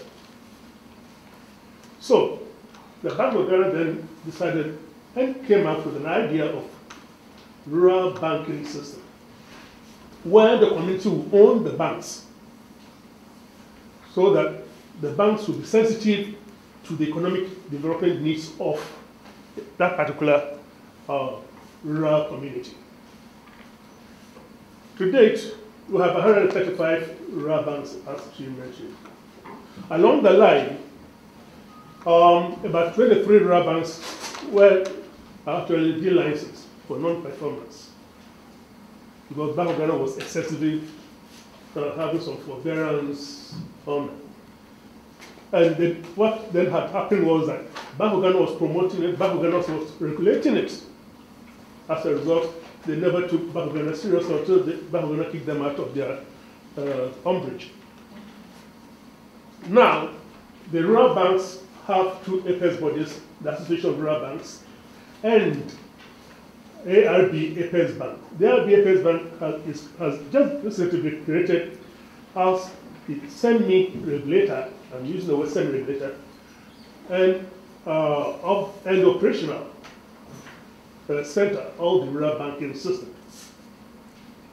Semi-regulator in the sense that Bank of Ghana remains the supervisor of the rural banking system under its act. But then for the immediate data collection, training, check clearing system, any advocacy to improve upon the rural banking system, those are carried by the Airtel Bank. So when we're doing that, our concern was that how do we regulate rural banks? But then we took perhaps the easiest way out, because our banking law was quite flexible. So the rural banks were licensed under the existing banking law as it was there. Unlike quite a number of countries which have to come up with special laws for, if you take the Uganda, NDI, if you take the Kenya, they have the microfinance companies, you take the, even Azerbaijan, all of them have to come up with specific laws to enable the NGOs to mobilize savings legally, so that we can put a prudential regulation on them and protect the depositor's money. But then we didn't do that. We went straight under the banking law and created a provision for the rural banks. In the 1980s, what Yvonne referred to as the phase one, we realized that some financial institutions were not quite under regulation. So the phase one introduced what we call non-bank financial institutions law, which then brought discount houses, leasing companies, financial NGOs, even the susu operators. I've talked about susu operators. No, but original one had susu operators on it. credit unions, everything. It's a corporate. If you are not a bank, then you come under that law. But the law went up, no, we were using that law, and they realized that it was not quite meeting the needs. So 3 years ago, that law was amended to improve upon Bank of Ghana's access to all these institutions, informal, what used to be informal, formal, that's non-bank financial institutions. And the law, to me, is a bit ambitious, because Bank of Ghana is supposed to regulate the microfinance business. Then it doesn't tell you what microfinance institutions are. But it tells you, if you go to the glossary, it says microfinance business is any business which is being carried out by IB, C, D, and C, no, self-help groups, incorporated, unincorporated, everything. Look, just like hot pots. So we realize that we have a very large unserved market still with the rural banking system. Under the NDFI law, we set up savings and loans companies, which enabled some informal savings collectors to come under directly under the supervision of Bank of Ghana by license. But then they became a bank counterpart of the rural banks. But not only that, they started operating as if they were a mini bank type of. So they were even not touching the objective of meeting the informal sector, the poor, and that's all, those areas. But then we realized that let me explain this so that we get to know how this regulatory arbitrage came. Bank of Ghana earlier on had said that the social operations, which are individuals moving around and taking fixed daily collection from their clients.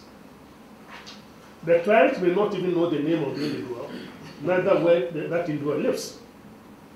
But religiously, he goes around and she or he will give this money to, not large sum of money, 50 cents, 20 cents. At the end of the year, at the end of the month, the collector pays back the collection less 1 day's collection as a commission. Now, I'm sure that the economists will be wondering why they are not paying interest. But here, we're talking about purely savings mobilization. We are not talking about intermediation. Now, the advantage here is that person, let's say the seamstress, would like to buy additional sewing machine. And she's not earning that much money to do that. This morning we were told about the water tank. Well, essentially, that water tank was using microfinance to finance an asset, a fixed asset. And microfinance products tend to be short-term, working capital financing, not fixed asset. So if this woman wants to buy the sewing machine, she doesn't have the money to pay for it. Microfinance company will not give her the term loan. So all that she does is she saves through this to build her capital so that she can invest in the assets to expand the growth of the business.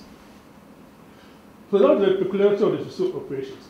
Bank of Ghana acknowledged that this operations has started long time before slave trade in Nigeria, and then it was carried over to Brazil.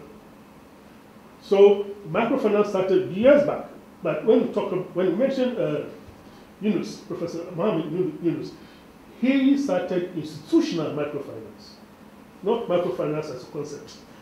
It had been there years back.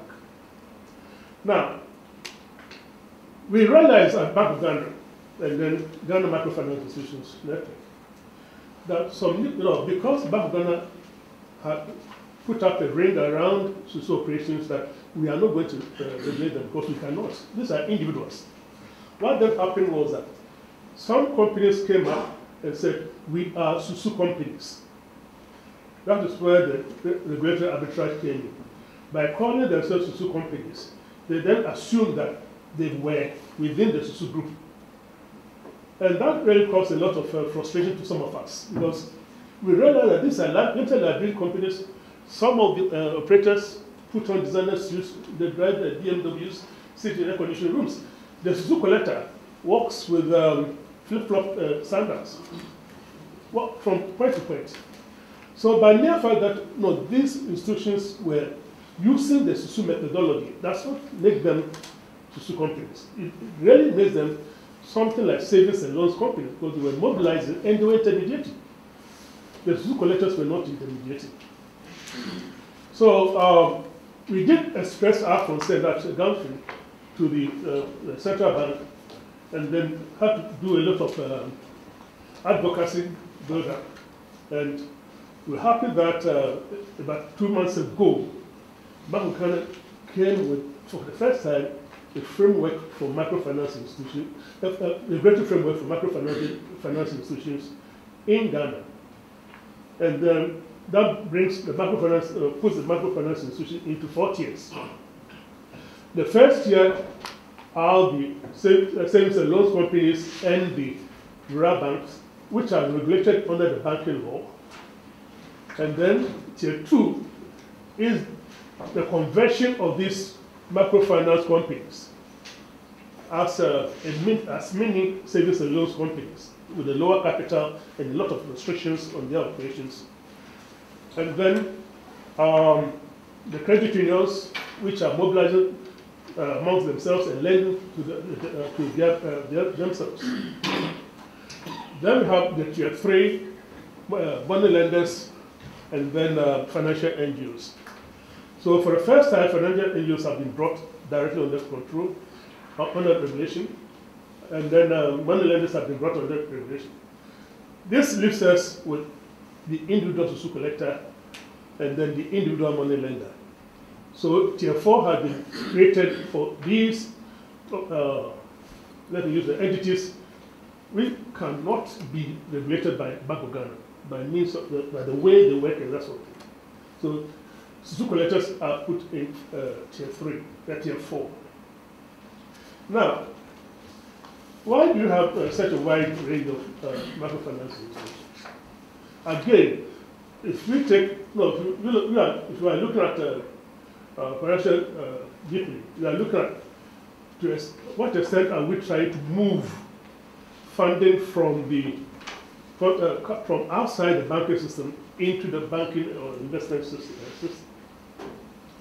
And realize that the banks are not responding very well to about 70% of the enterprises or the population in the country. And these are those who we consider poor.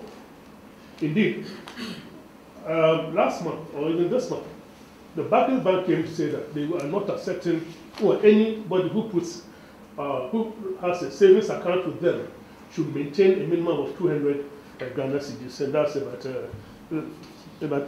$100. About $150 minimum. Otherwise, no, come and take your money away from them. They are not dealing with small boys. So, you see, they have found their niche, but still we have that gap left. So we find that by we placing some emphasis on the microfinance institutions, one, the earlier ones have become too urban. Then, well, apart from the rural banks, even the rural banks, they are supposed to operate in the rural areas, but then quite a number of them have peri-urban outlets. Now, let me give you give you this one. Accra, which is Greater Accra, which is so the environment, many areas around Accra doesn't go that far. One of the smallest regions we have. The banks, each bank is supposed to serve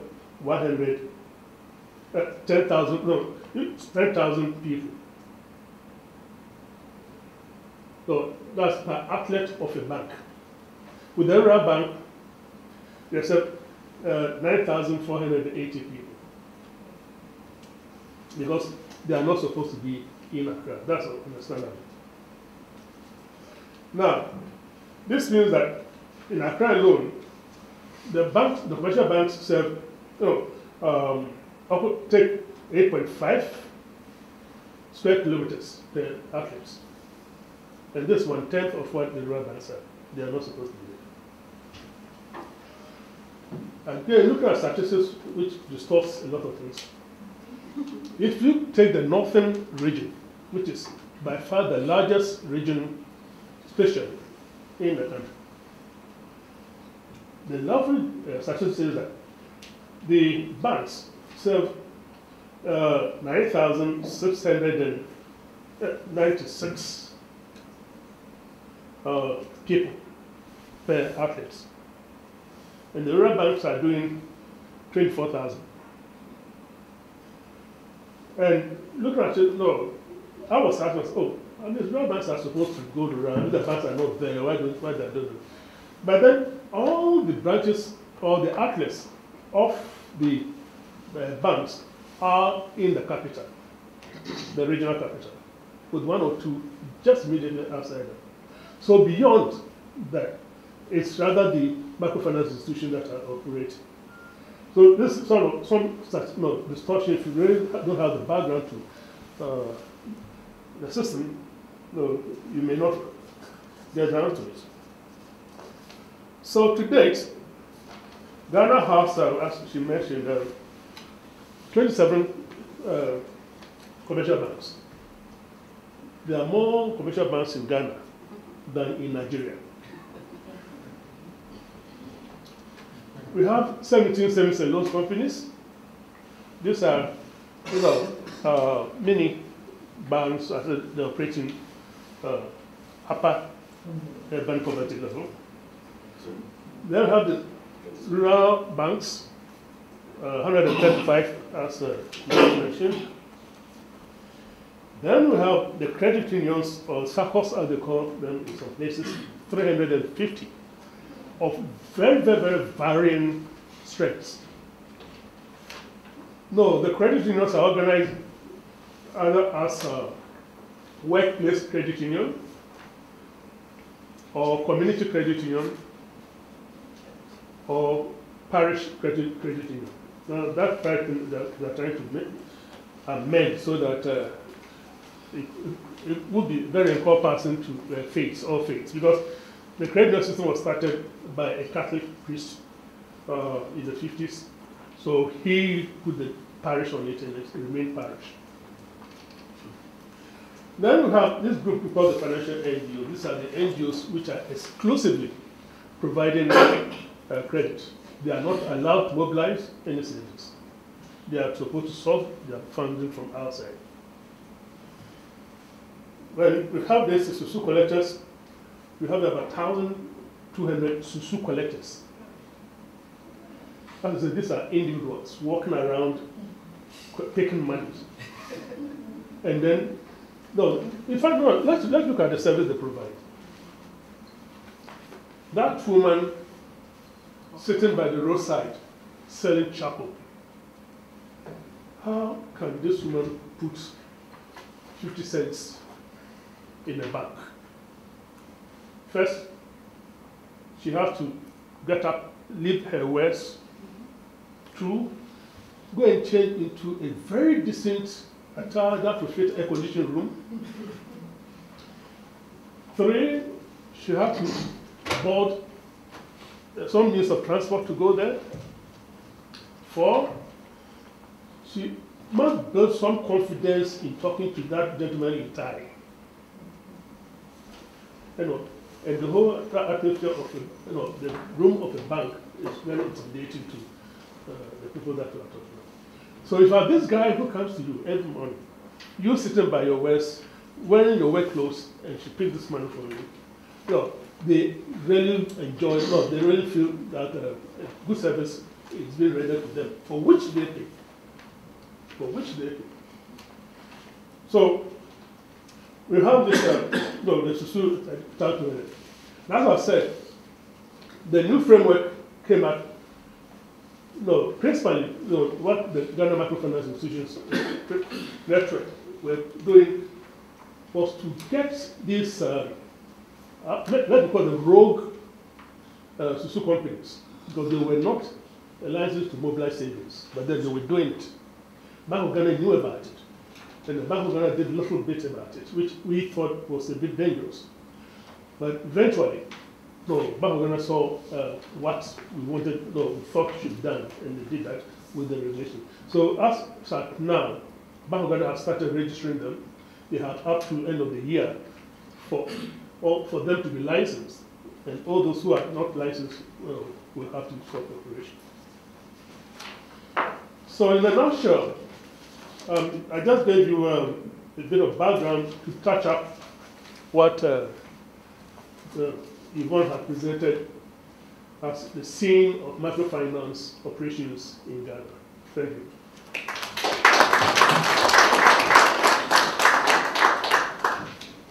We'll now invite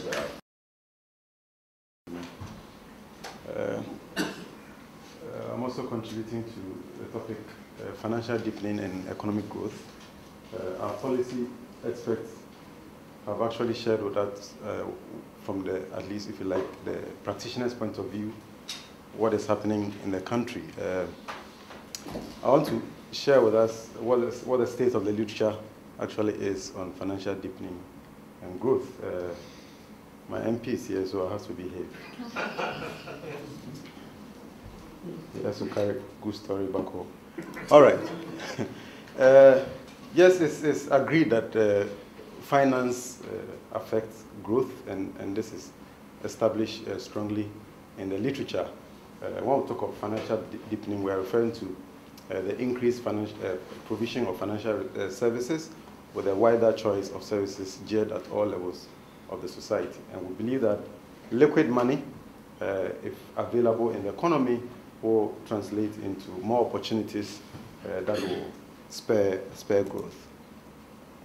Of course, the importance of finance to growth, as I mentioned, has been established in the literature, and this mainly follows the works of Schumpeter, Makino, and others.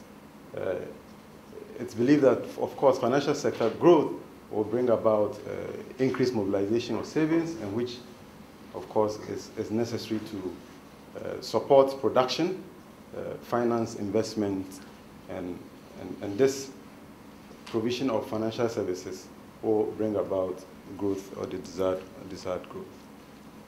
Now, from the literature, three main channels have been identified through which finance or financial development could influence growth. And one has to do with the level of intermediation, and that deals mainly with the size of bank credit, stock market capitalization.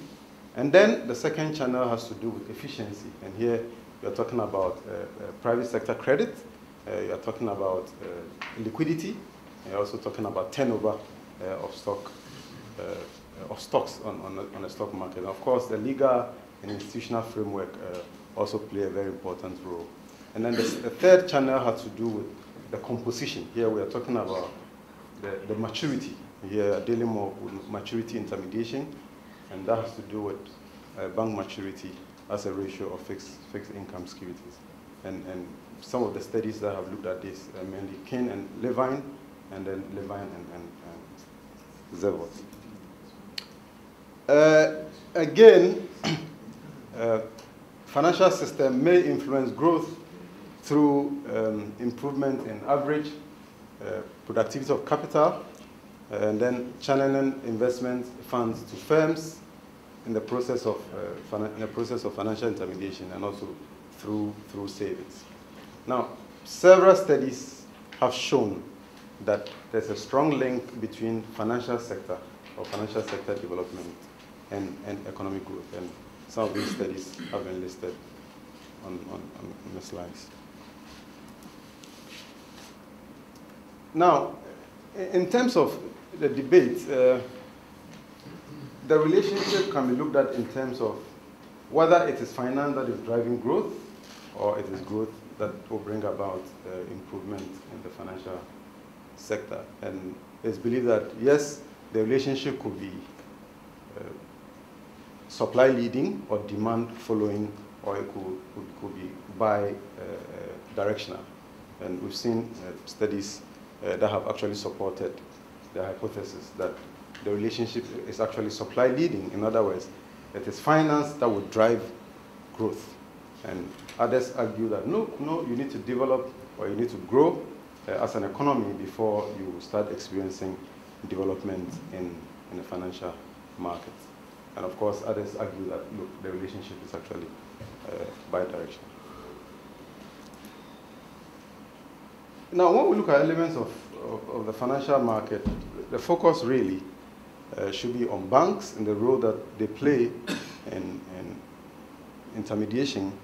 We'll also talk about stock market. We can also talk about stock market and the role that the stock market plays, and of course, the bond market.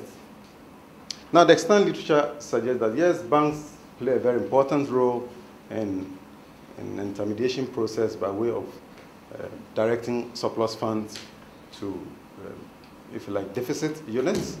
And banks are very useful, especially if the economy is at the early stage of development. And of course, we know that banks help in reducing information asymmetry and reduce cost of information and therefore reduce cost of credit to the private sector. In the area of stock market, yes, others have established that stock market can lead to growth, and that has been established in the works of Levine and Zerwas. The stock market can also bring about liquidity, but this liquidity can be a disincentive in the sense that holders of assets may, if you like, offload their assets on the market because the stock market provides that opportunity. And therefore, if they are changing, if the shares or the assets are changing hands, then you have a problem dealing or if you like, controlling or managing or monitoring the behavior of corporate managers. And of course, if you don't control or monitor the behavior of corporate managers, if agency problem tells us that then we may have problems in maximizing the value for shareholders. Now, in the area of bond market, especially for African economies, we haven't seen much in terms of this market, and very little has been shown in terms of the relationship between bond market and economic growth. The market in most countries virtually does not exist. And if you talk about Ghana, like earlier speaker mentioned, we have only 3 corporate bonds. The most active bonds are the government bonds. And even that, how many do we have? We have some of the investment houses structuring private bonds, and these are traded over the counter through the private placement market. But they are not that many. So that is a major problem as far as this market is concerned. Less developed, and therefore little has been established in terms of how that affects growth. What is the story, or what's the situation in sub-Saharan Africa in terms of empirical literature? Yes, others like Alan Ndikumana has done a lot of work trying to establish the link between finance or financial deepening and growth, and he suggested that for Southern African region, yes, financial deepening, looking at M3 to GDP, can stimulate economic growth. Indebio also found that financial deepening, yes, affects per capita growth of output. Ajasi and Biekwe established that stock market development can play a very important role in the growth agenda, but only for moderately capitalized markets. So they tried to distinguish between low income and high income countries, and found that for middle to upper income markets, we see a strong link or positive link between these two variables. But for low income economies, they couldn't identify any strong link between stock markets and growth.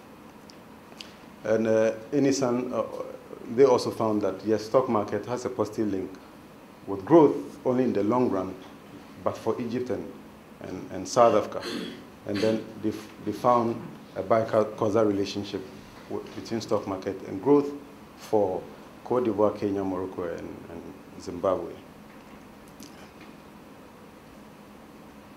What's the situation in Ghana? Just trying to play with the figures. We see M2 to GDP ratio rising after the rising in the post-reform period, but still very low compared to the average for sub-Saharan Africa. And then growth also following similar trends, even though after the reform we see fairly higher figures compared to the average for sub-Saharan Africa.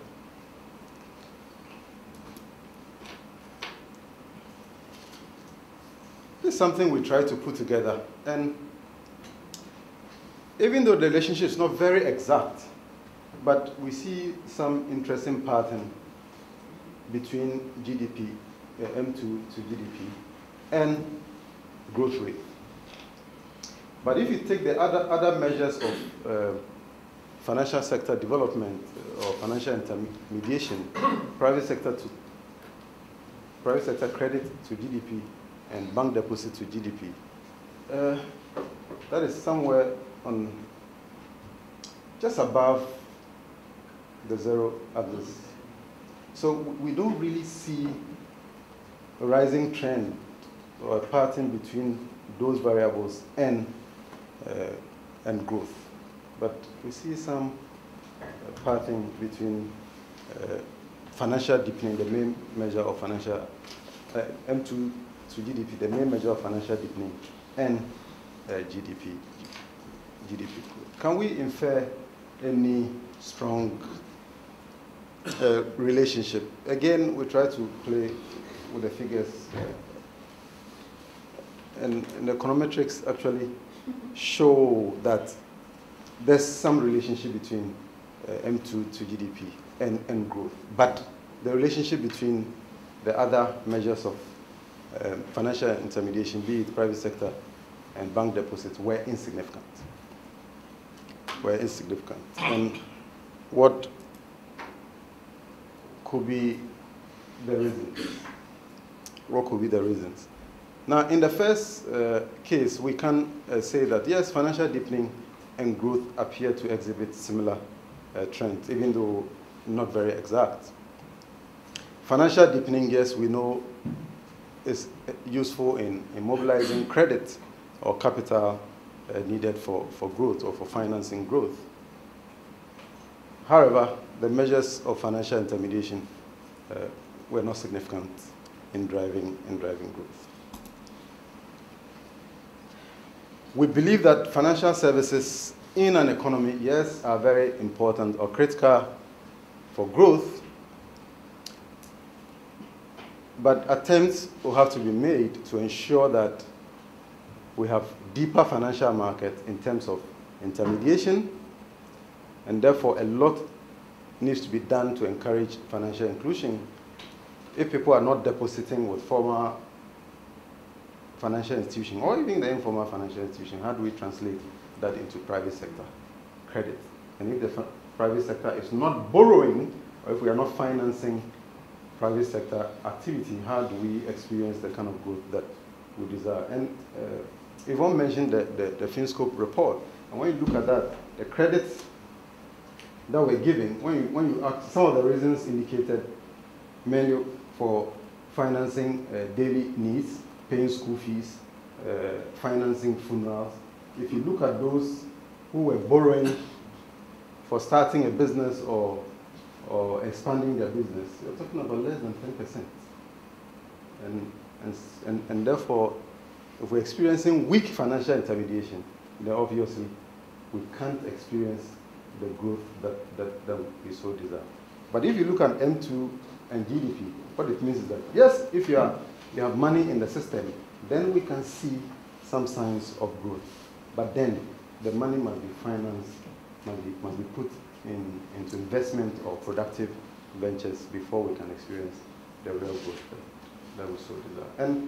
And preparing for this particular program, I've developed a strong interest in this area. I think that this is something that can be moved forward in terms of empirically testing to see what is happening in Ghana. Thank you very much.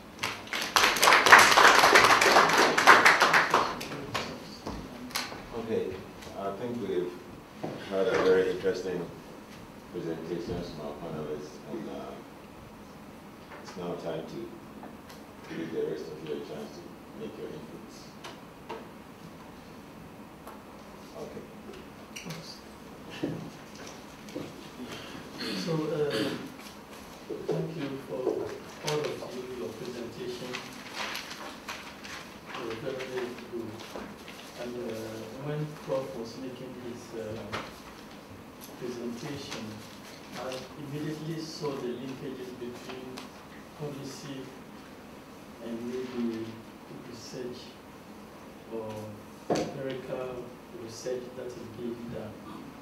He came up with a very strong point where in the 1990s, financial intermediation really affected economic growth.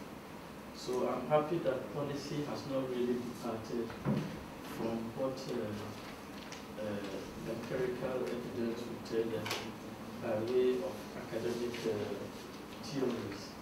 And for me, that is quite heartwarming, because most of the time, policymakers just think that, look, they are just doing something, and theories don't really matter. So it means if you have to have an effective Ministry of Finance, you have to have the two together. Then I also was looking at a statement that was made by a doctor. He said that in Ghana now, we have many more banks in Ghana than Nigeria. But he didn't go further to indicate the capital requirements for establishing a bank either in Nigeria or in Ghana. I once did a study on the rise and fall of banks in Nigeria, and we have what we call mortality rates. And we noticed that Nigeria used to have so many banks. At one point, they had almost 113 banks. And one particular bank will have about 1,000 branches, because you know how massive Nigeria is. But most of these banks were really doing just treasury bill businesses. So when the reforms came, a lot of them were caught.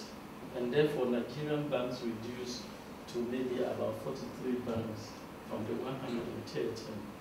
And in the mid-90s to the early 2000s, they decided to push up the capital requirements to about 100+ million. So a lot of the banks had to merge together. And those who survived were the banks that were that had international character. Like, for example, if you had Citibank or Barclays Bank, they could be capitalized from their parent banks abroad.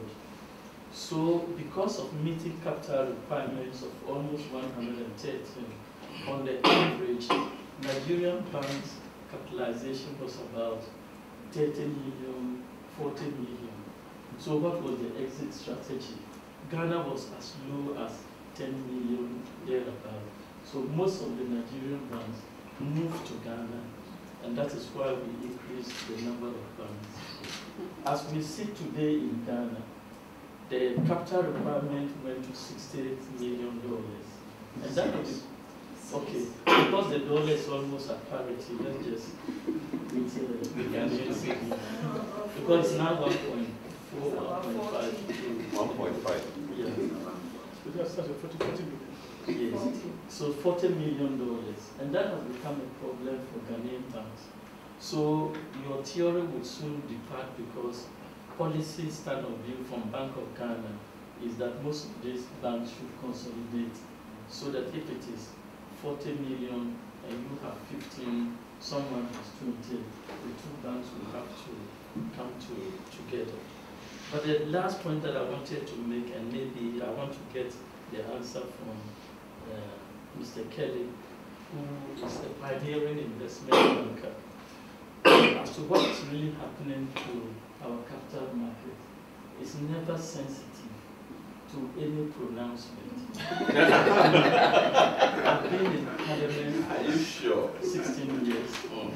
I've been in the Ministry of Finance.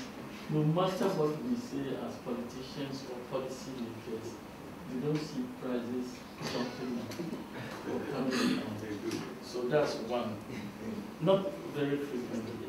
Two, when we were going to list tallow oil, there was a lot of glamour that tallow oil was going to be the pick of the day.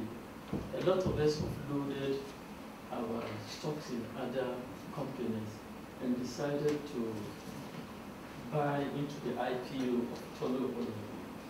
I expected that at the primary level, if I bought tallow oil, I'm just giving a figure, for $30, then you, the latecomers, after maybe 1 month or even within 2 weeks, you should be buying it for $35 because of the excitement.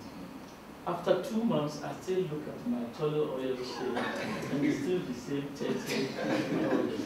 So the question goes to Kelly, who is one of the premier investment bankers.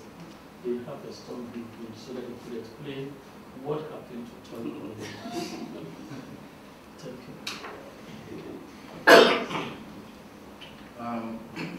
On this issue of stock market development and growth, in most African countries, with stock markets, the turnover ratios tend to be low, the market capitalization is low, and it seems as if it's a few big companies, especially banks, that tend to gain from stock market development. One question therefore is, what is Ghana doing trying to develop the stock market? The other issue is the co-evolution between banks and stock market.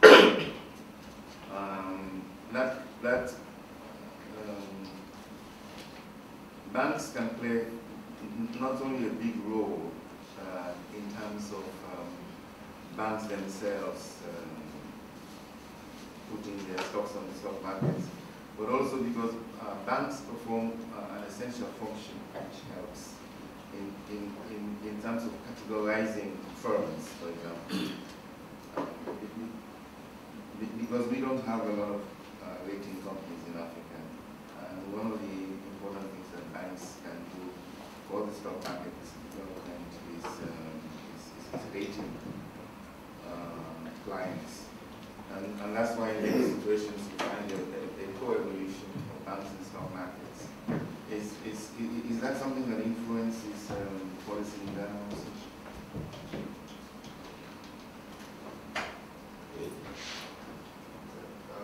In most African countries, there seems to be a sort of correlation between the number of microfinance institutions and petty trading. The more microfinance institutions, the more petty traders we have on the streets. Of course, with all the problems of traffic, etc. So we see a situation where microfinance is sort of just handling issues of emergency household consumption and mere retail trade. Now, what I'd like to know is, for example, in Ghana, how have we made financial reforms so that microfinance will actually address the issues of productive investments, either at the cottage level or maybe at the value addition levels? Okay, thank you. In my country, Zambia, one of the points we consider to improve the credit culture is the establishment of the Credit Reference Bureau, which has been slow to kick off. I want to know, I wasn't privileged to listen to your first part of the presentation. I'm talking to the policy member from the Ministry of Finance. I want to know if you have the CRB in Ghana and what has been the experience thus far in trying to address the information asymmetry problems vis-a-vis the lenders and the borrowers, as it were. Okay, one more, and then we can. Just some reaction from yes, I would like to thank on the performance of the economy vis-a-vis the financial sector I think the structure of our economies cannot be ignored in this matter. How prominent is the manufacturing sector in the Ghanaian economy as a result? Because the agricultural sector is basically peasant, and therefore they tend to operate, on the informal financial sector.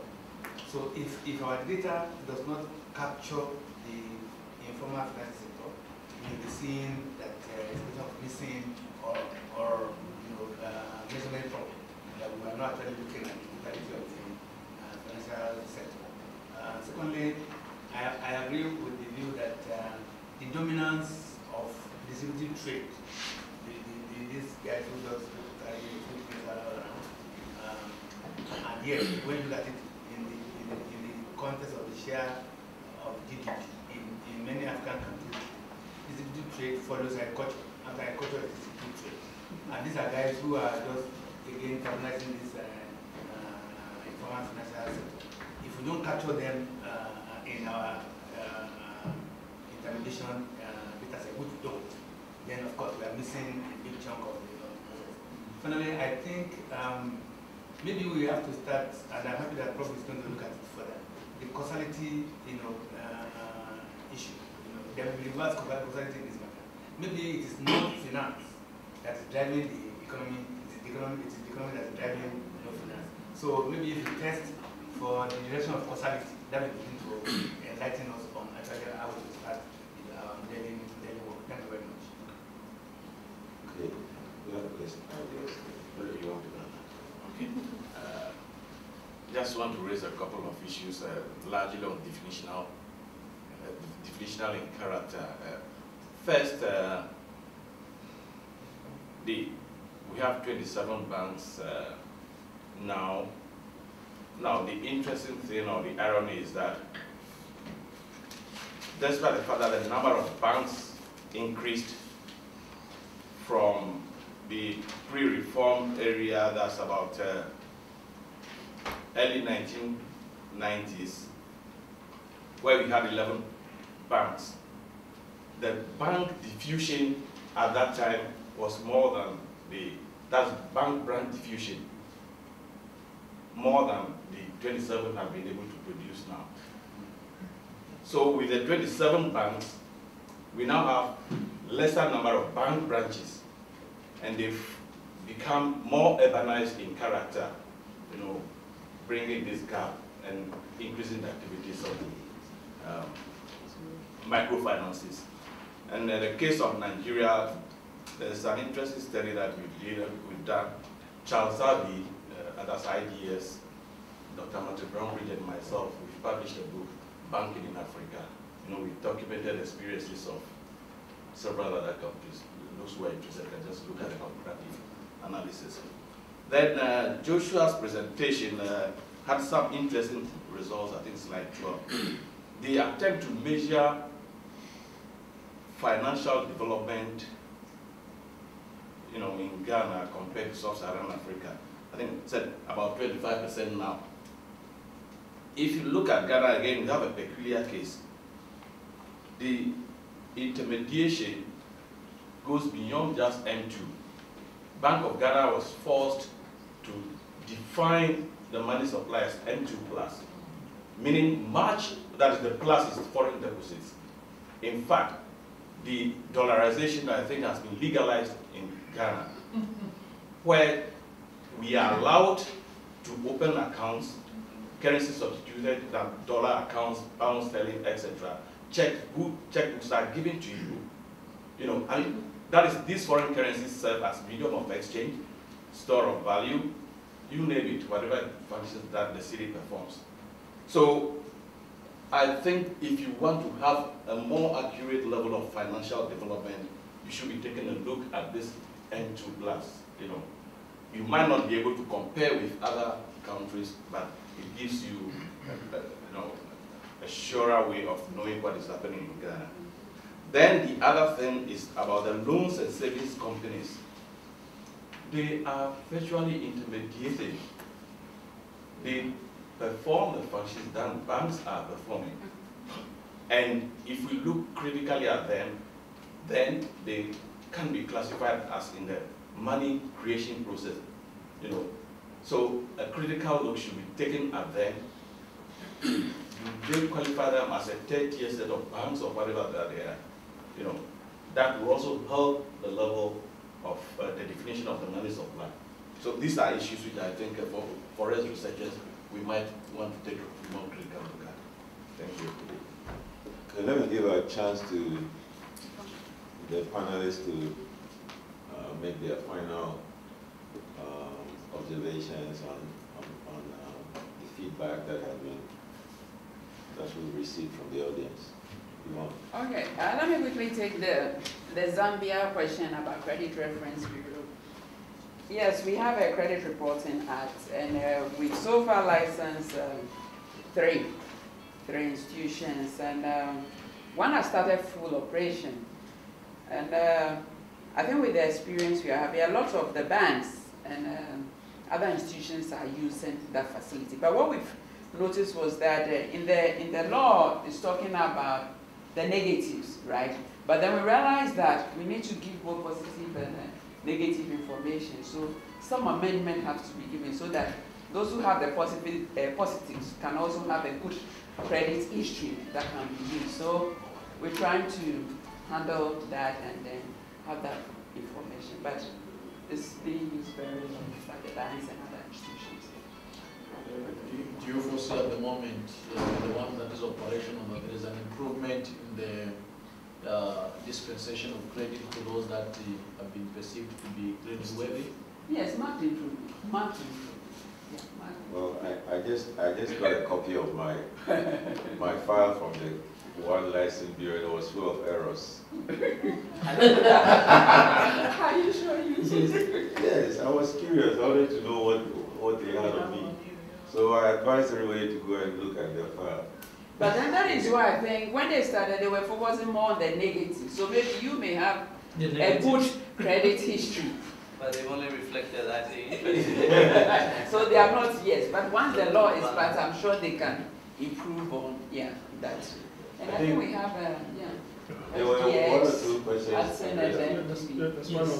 Those are difficult, very difficult questions. So you can let the chance to respond to them. Okay. Of course, very dear to my heart anyway, so happy to attempt to respond. Something about the market information and reaction to it. And therefore, it really talks to the issue of relevance of the stock market. How relevant are you if information? And I think that the relevance is not as potent, whether in terms of information or indeed in terms of actual substantive intermediation. It's not as potent. It is something, but it's not as potent. And I think it's just the history, and it's taken much longer to develop. I mean, you can imagine that the stock exchange was established, say, some 20 years ago or so. And I don't know if it's an issue of putting the cart before the horse or the other way around, but the first 10 years of existence, in the first 10 years of existence, let's say through the privatization programs in Ghana, and based even on the broad policy framework within which the stock market itself, the stock exchange was established, which is we're about to start privatizing companies. Let's establish a stock exchange to create a market in which these equities, or equities from this. Well, in the first 10 years, we must have privatized over 300 entities. But somehow, the policymakers who foresaw this wonderful stock exchange completely forgot all about the same entity they established. And I'm sure if I can count 10 companies out of the 300 that made it to the stock exchange, I'll probably have exaggerated by maybe 5.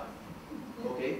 So there's a disjoint. There was a disjoint and another aspect of the disjoint was also that we're now talking about the pension reform and therefore savings mobilization. Well, there have been 20 years ago, you did not have that pool of savings, which would have really been, would have allowed for a robust participation of institutional funds. And you know that when it comes to stock markets, it's the institutional funds. It's not a retail thing. The institutions that really do the job. And so now before Ghana is able to, I mean, if the numbers that we are seeing are correct, our savings rate in Ghana is something like 6% right now. This is better. This is something like that. Anyway, no, it's the percentage of pension or provident funds to GDP. It's about 6%, compared to 30 and 40% in many other countries. If we get up to those levels, and this 6% I'm talking about, it gives you about 600 to 500 million a year. If we get up to those levels of say 20 and 30%, we're talking about billions, which really ought to be in the hands of professional managers and institutions that can. So it's really an issue of cat before the horse with the cat. And I don't know if we haven't lost effectively the potent opportunity, because the privatization market was a captive market, and it was merely an issue of directives and policy. But if you now have to go and pursue people coming to list their companies, we're talking about marketing and convincing individuals, and that's a lot more difficult. So I think we may have really, unfortunately, missed an incredible opportunity. So that speaks to a bit to the relevance. And of course, our own market to the players are not as sharp in disseminating and educating. They're doing some, we ourselves do some, but that also contributes to the lag. So we have a lag. It's not that it doesn't react at all, it's a lag. And some people like it. I mean, the sharp people in the market are happy to take advantage. If there's an announcement made about something, or if something occurs in a company and the market is fast asleep, but you are a research person and you read into it, well, guess who's going to benefit? Your client will benefit. So, but there's a lag.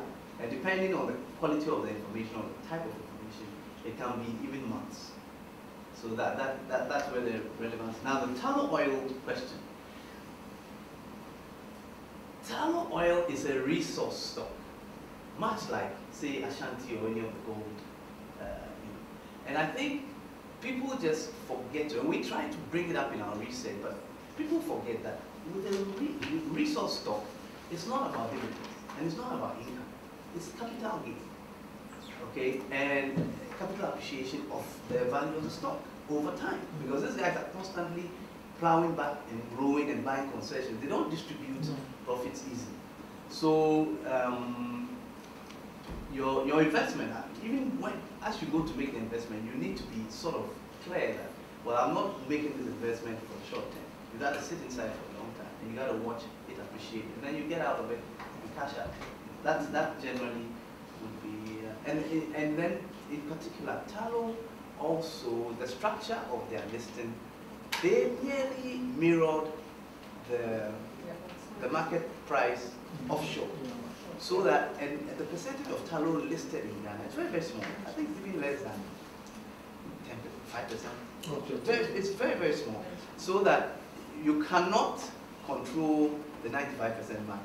So the stock market price of tallow is simply going to be transferred from the New York or wherever it is, and there's not a whole lot the Ghana market gyrations can do to that.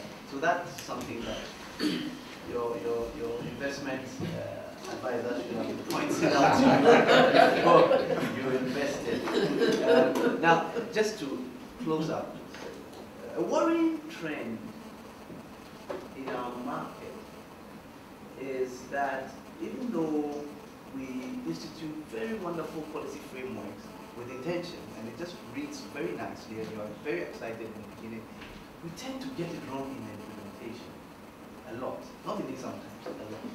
So for example, we have an insurance industry of sorts, life and non-life, and then they have their assets and their liquidity requirements and so on. But when you drill deep enough, by the time the regulator of the insurance industry is done setting requirements, reserve requirements and so on, liquidity ratios and so on, you find that the industry is allowed to invest very little of the premiums and their assets in equity. Very little. We're doing the same thing with the pensions all over again, and it's just driving us nuts. Here we have a pension. I just told you that if we do things right, we may have billions of CDs every year, not accumulated. Every single year, we could be looking at least 8 billion CDs looking for a home under the pensions reform, right? Well, the regulator is limiting the capital market, at least the equity market aspect of that one, to about 10% of that market. And you can just imagine that in a time when you said we need some very substantial sort of pools of money for people to participate in some of the oil sector opportunities and so on.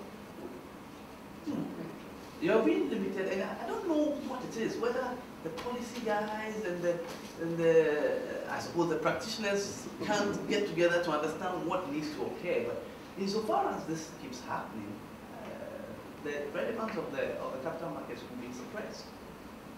So those are some of the I think on a lighter note, if we can get Kweku at the police to come home, it will bring some excitement to our market. That is the fear. that is the fear. But I think just to add quickly to what Kelly said about information not reflecting in stock prices, one of the problems that we have in Ghana is that for most of the listed companies, the public float is very, very limited. Well, most of them are, subsidiaries of multinationals or foreign companies who have listed only about 10% or 15% of the securities or their shares in Ghana.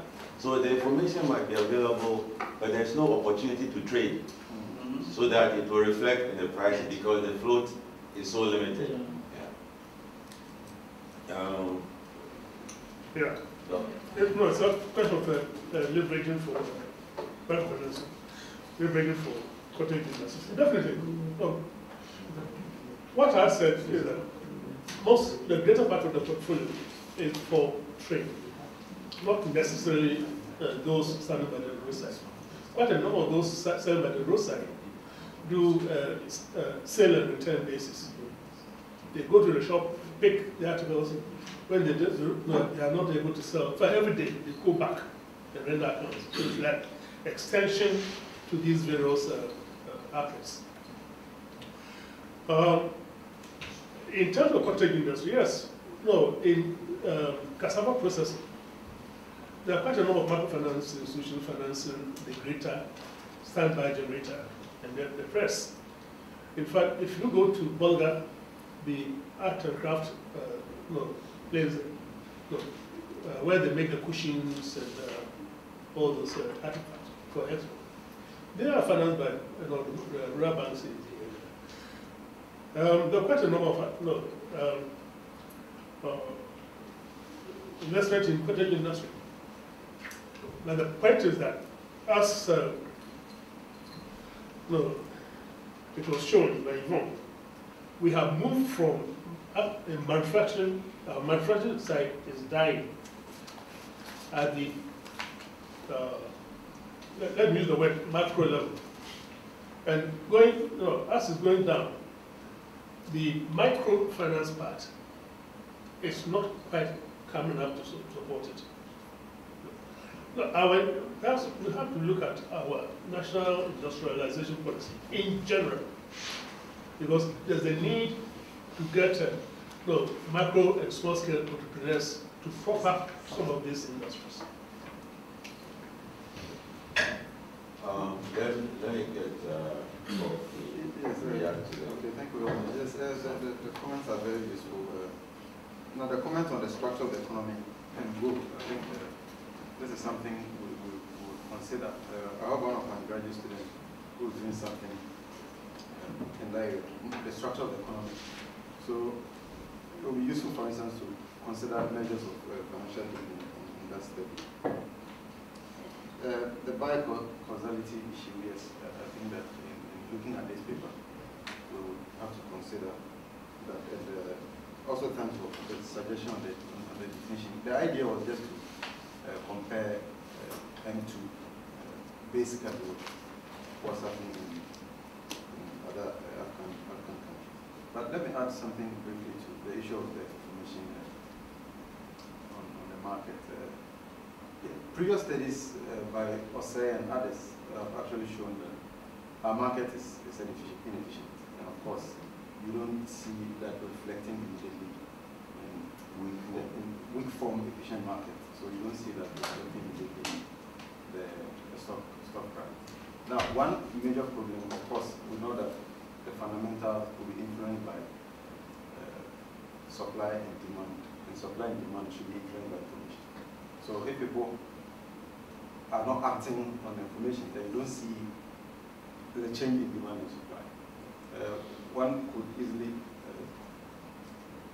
talk about level of sophistication and, if you like, literacy. I mean, we always say that yes, people are getting to understand stock market, but people see holding stock as a status symbol. And yes, I hold shares of Anglo Ashanti and nicely displayed in his office or his own, the share certificate, but he's not trading. Yes, he's had this happening, but he's not willing to sell or buy based on. So of course, we will never see change in the price if information is not being acted upon. That will be fixed over time. I mean, in markets, even the developed markets, the people who really influence price are the institutions.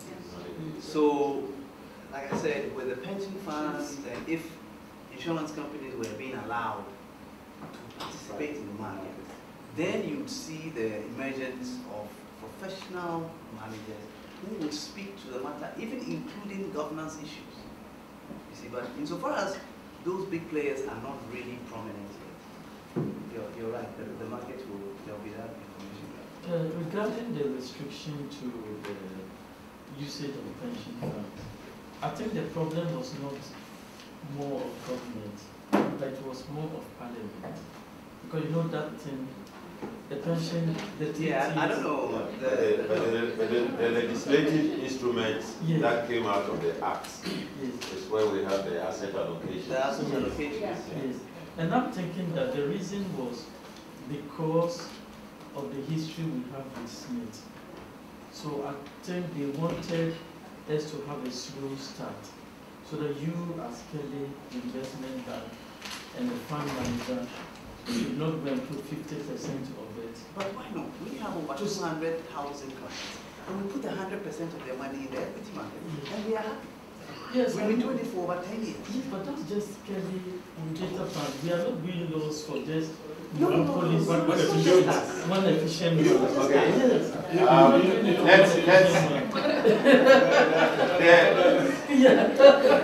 This debate will be completed in Ghana. Okay. But you have the last comment.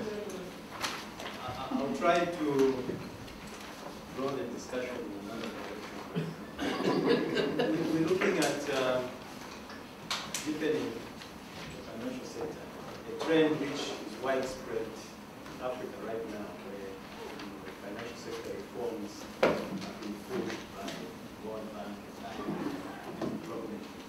And countries are trying to, since we are seeing a lot of emerging economies, they are seeing countries trying to push towards a sophisticated financial system that would live up to the global trends.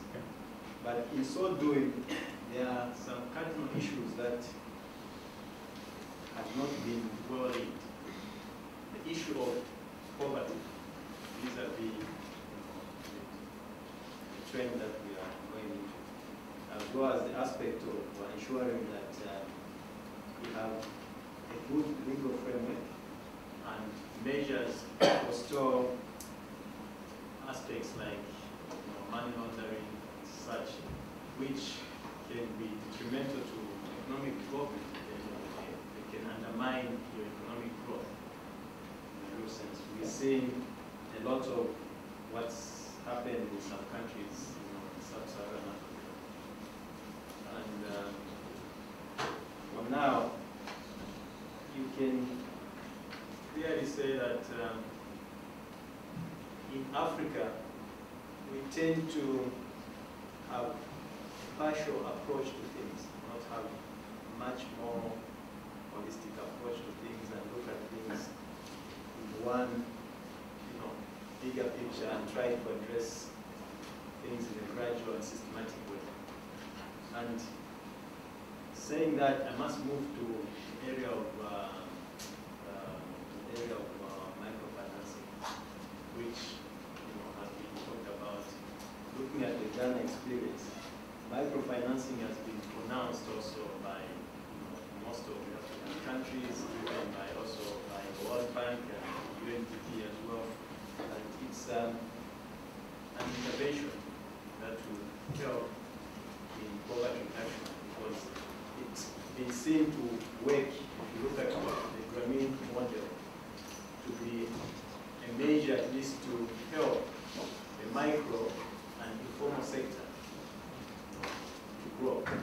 But the way microfinancing has turned out in Africa right now, it's become highly commercialized and it's become exploitative. It's coming at a high price. And instead of the intended intention of stimulating some economic activity, some level of productivity at micro and also on the informal side of private sector. What we are seeing now is that this has become a commercial venture which has even been seen to be lucrative even for the Main Street commercial banks now. I know in some countries, including mine, that commercial banks now are lending microfinancing institutions who intend lend to the ordinary people out there. So it's moved from a point of trying to be a vehicle for stimulating some micro productive ventures to creating a culture of desperate, consumption-oriented people. People now who are in formal employment and their salary, all they do is go to microfinancing institutions and borrow every day out. At the end of the month, all they do is repay the microfinancing institutions and the trade going on. It's going on. It's a vicious cycle. They go on and on and on. So I don't know how Ghana is placed in those areas, what you are doing in order to try and redress this situation. In Zambia, it's been a challenge, and we also have our financial sector reforms. We had our financial sector development plan 1, which finished, and now we are having our phase 2. And DFID is one of the key supporters of this venture.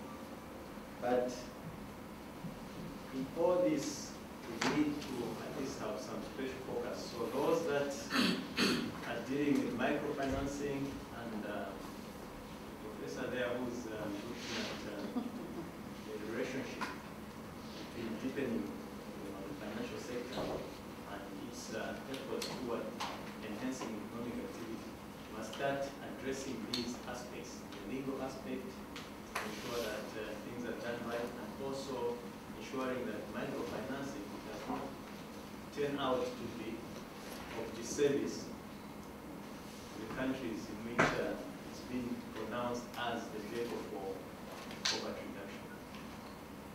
Okay. I know that, Yvonne, I think there's some consumer protection and borrower rights being considered. So maybe you can quickly. Yeah, let's look at it even from microfinance side. Microfinance institution is supposed to be a financial institution the social goals. And out of the social goals. Not economic goals, or you're finding social to be economic. And that's it. Microfinance is a financial institution. What? Social goals. It doesn't mean that it abandons the general goals of the financial institution in terms of your investment, your earnings, and then creating wealth for your clients, improving its economic development towards that economic growth for that. At the same time, microfinance is used as a tool for poverty reduction. That is the social aspect of it. Now, and generally, you have information asymmetry between your clients and the institutions. So part of it is to protect the interest of your clients. Sorry, what is the definition of microfinance? Yeah, what we want to understand. Well, there isn't a definite one institution for microfinance. No, let's just understand something. You know, no, so that he can address it. So we are getting there. You know, in Ghana, the government established a microfinance master. If it is that one you are talking of, then it's going to address maybe a social. Productive, no, they are not social. Yes, because I don't know where you are coming from. Because if I should say. But we didn't give him a chance to finish his. Because of the social. No, hold it. What I'm saying is, yes. No, there is always a social. There must be a social content in the activities of microfinance. Not that. No, that is the main objective. Okay. But microfinance. That's why I was asking. Social is generic and inclusive of economic. No, even the middle one is the economic side, and then the social complemented. Okay, I agree. Because I agree with you. Yeah, microfinance is supposed to be a tool, one of the tools for poverty reduction. So the sorry. So can you give an example of that social? Please, can we discuss this later? On that note, I think we will. No, we will definitely continue. Hold on. The rest of the discussion will take place outside. But let me thank you all, our panelists, speakers, audience, for giving us a very, very lively session. I'm asked to remind all of you that you need to keep your badges for tomorrow's session and Wednesday's session. So try to hang on to your badges. Thank you very much. What about the events? That's a special card.